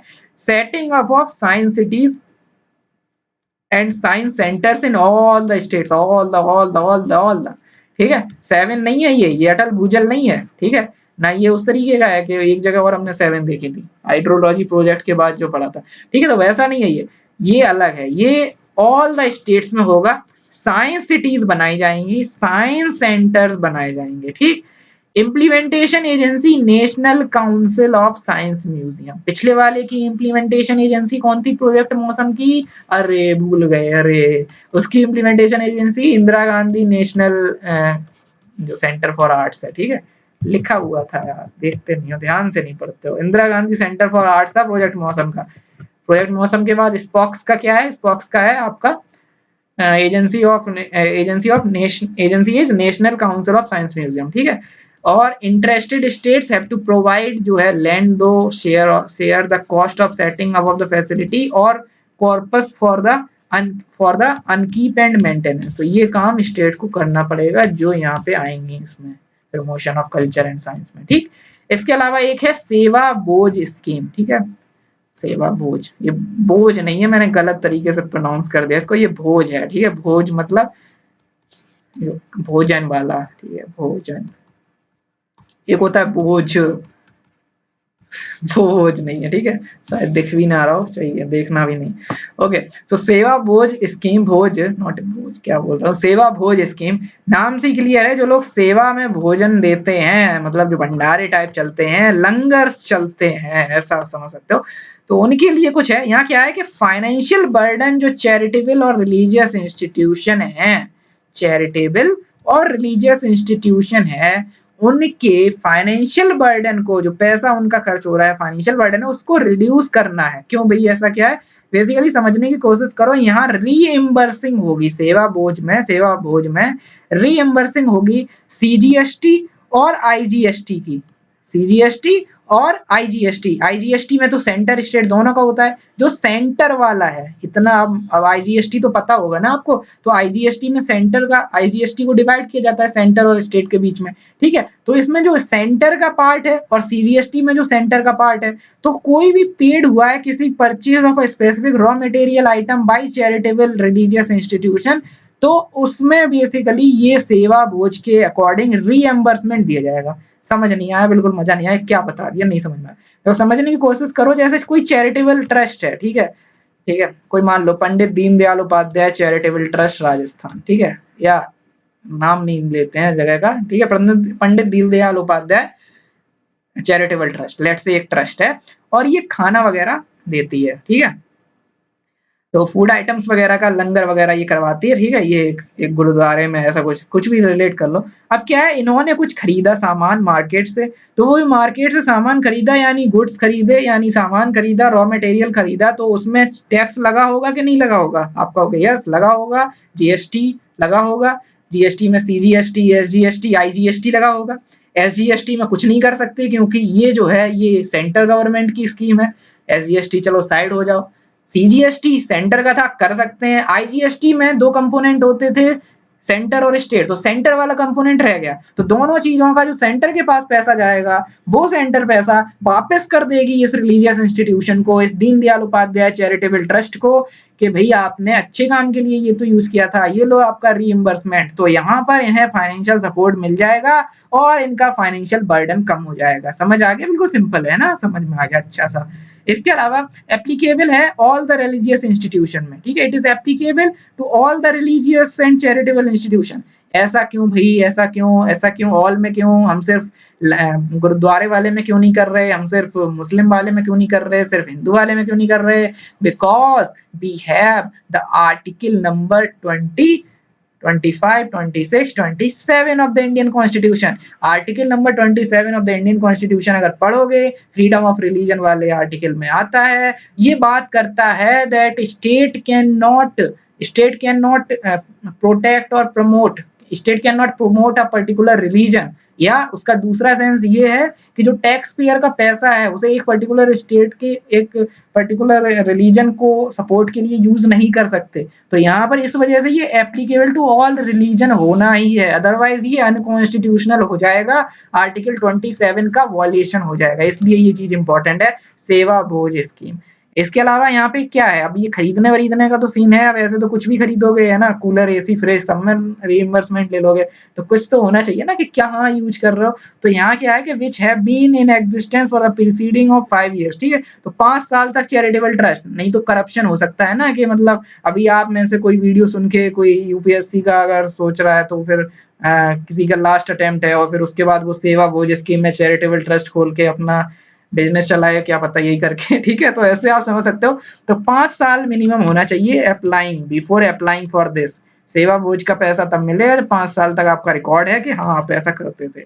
इसके अलावा डिस्ट्रीब्यूटिंग फ्री फूड, ऐसा नहीं है कि मतलब फॉर एटलीस्ट पास्ट 3 years, और फ्री फूड 3 साल से आप दे रहे हो on the date of application, 5 साल से आप ट्रस्ट हो, 3 साल से आप खाना बांट रहे हो, और serve as the free food to at least, अब बांट तो रहे हो है ना, ये भी समझने की कोशिश करो, सब कुछ होना चाहिए स्कीम में, ऐसा नहीं है, अब बांट तो रहे हो, 5 साल से आप हो भी और 3 साल से आप खाना भी बांट रहे हो, लेकिन ऐसा नहीं कि घर में खाना बांट रहे हो, नहीं, 5000 पीपल का यहाँ टारगेट लिखा हुआ है इन अ मंथ ना, इन अ मंथ, तो कुछ कंडीशन है ना, ऐसा थोड़ी ना है कि मतलब कुछ भी चला रहे हो। इसके अलावा we should not be black listed under the provision of FCRA, FCRA जो finance foreign contribution regulation act जो है, ठीक है, फॉरेन कंट्रीब्यूशन में कुछ ऐसा बैन वगैरह तो नहीं है, ब्लैक लिस्टेड तो नहीं हो, कोई ऐसा एक्ट तो नहीं करते हो, तो ऐसे और एनी अदर स्टेट एक्ट और रूल इनमें भी अगर कहीं ब्लैक लिस्टेड है तो भी नहीं मिलेगा, ठीक है। तो ये सारी हैं, रिकॉर्ड साफ होना चाहिए, 5 साल, 3 साल, 5000, ठीक है, तो ऐसे याद रख लो।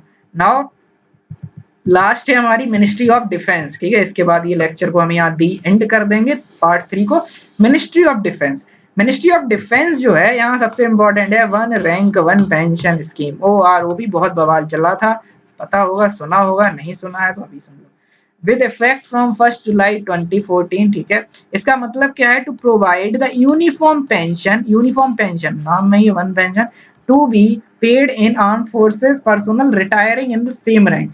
अगर देखो रिटायर सेम रैंक पे हुए हो तो पेंशन भी सेम मिलनी चाहिए with the same length of service regardless of the date of retirement, ठीक है। तो date of retirement should not be important, ठीक है, कि आज रिटायर हुए या कल हुए थे या कल होगे, that thing should not decide your pension.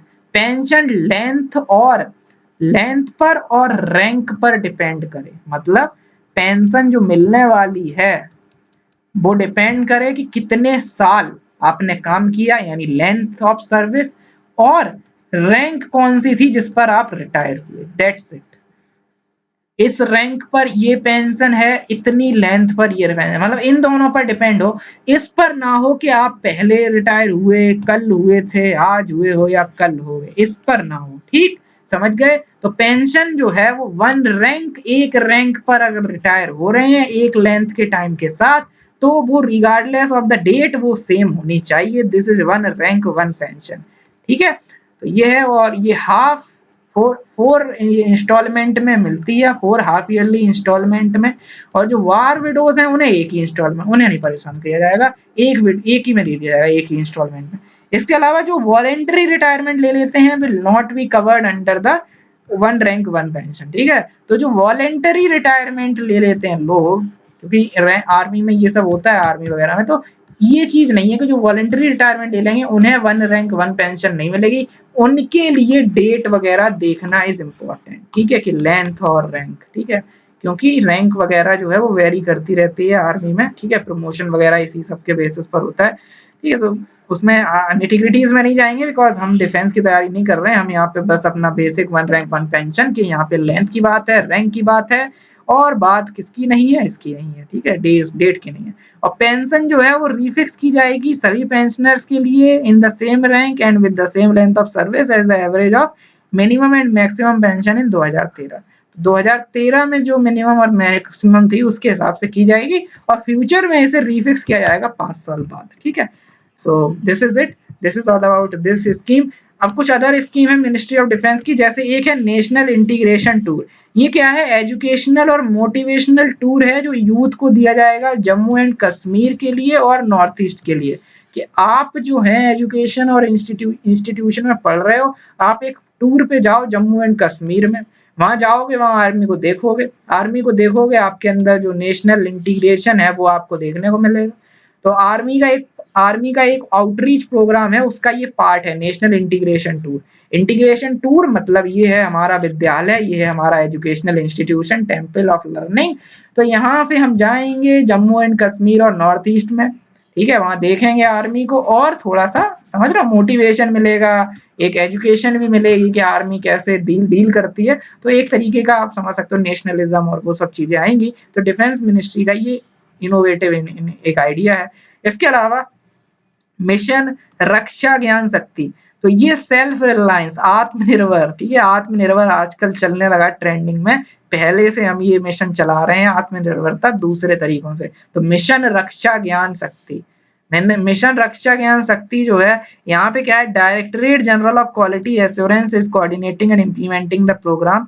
और यहाँ इंटेलेक्चुअल प्रॉपर्टी राइट कल्चर जो है डिफेंस मैन्युफैक्चरिंग वगैरह में वो यहाँ पे डेवलप करने की बात हो रही है, ताकि आईपीआर वगैरह का यहाँ पे, क्योंकि आईपीआर वगैरह इंपॉर्टेंट है। जैसे फॉर एग्जांपल हमने जब आयुष मिनिस्ट्री पढ़ी थी तो वहां पर भी हम देख रहे थे दैट बायो पायरेसी हो जाती है, तो उसके लिए हम मिशन वगैरह लेकर आए थे। तो ऐसे ही रक्षा ज्ञान शक्ति, ठीक है, तो ये इसमें है। इसके अलावा defence space agency, defence agency defence space agency ये एक ट्राई सर्विस एजेंसी है to command the space assets of the services.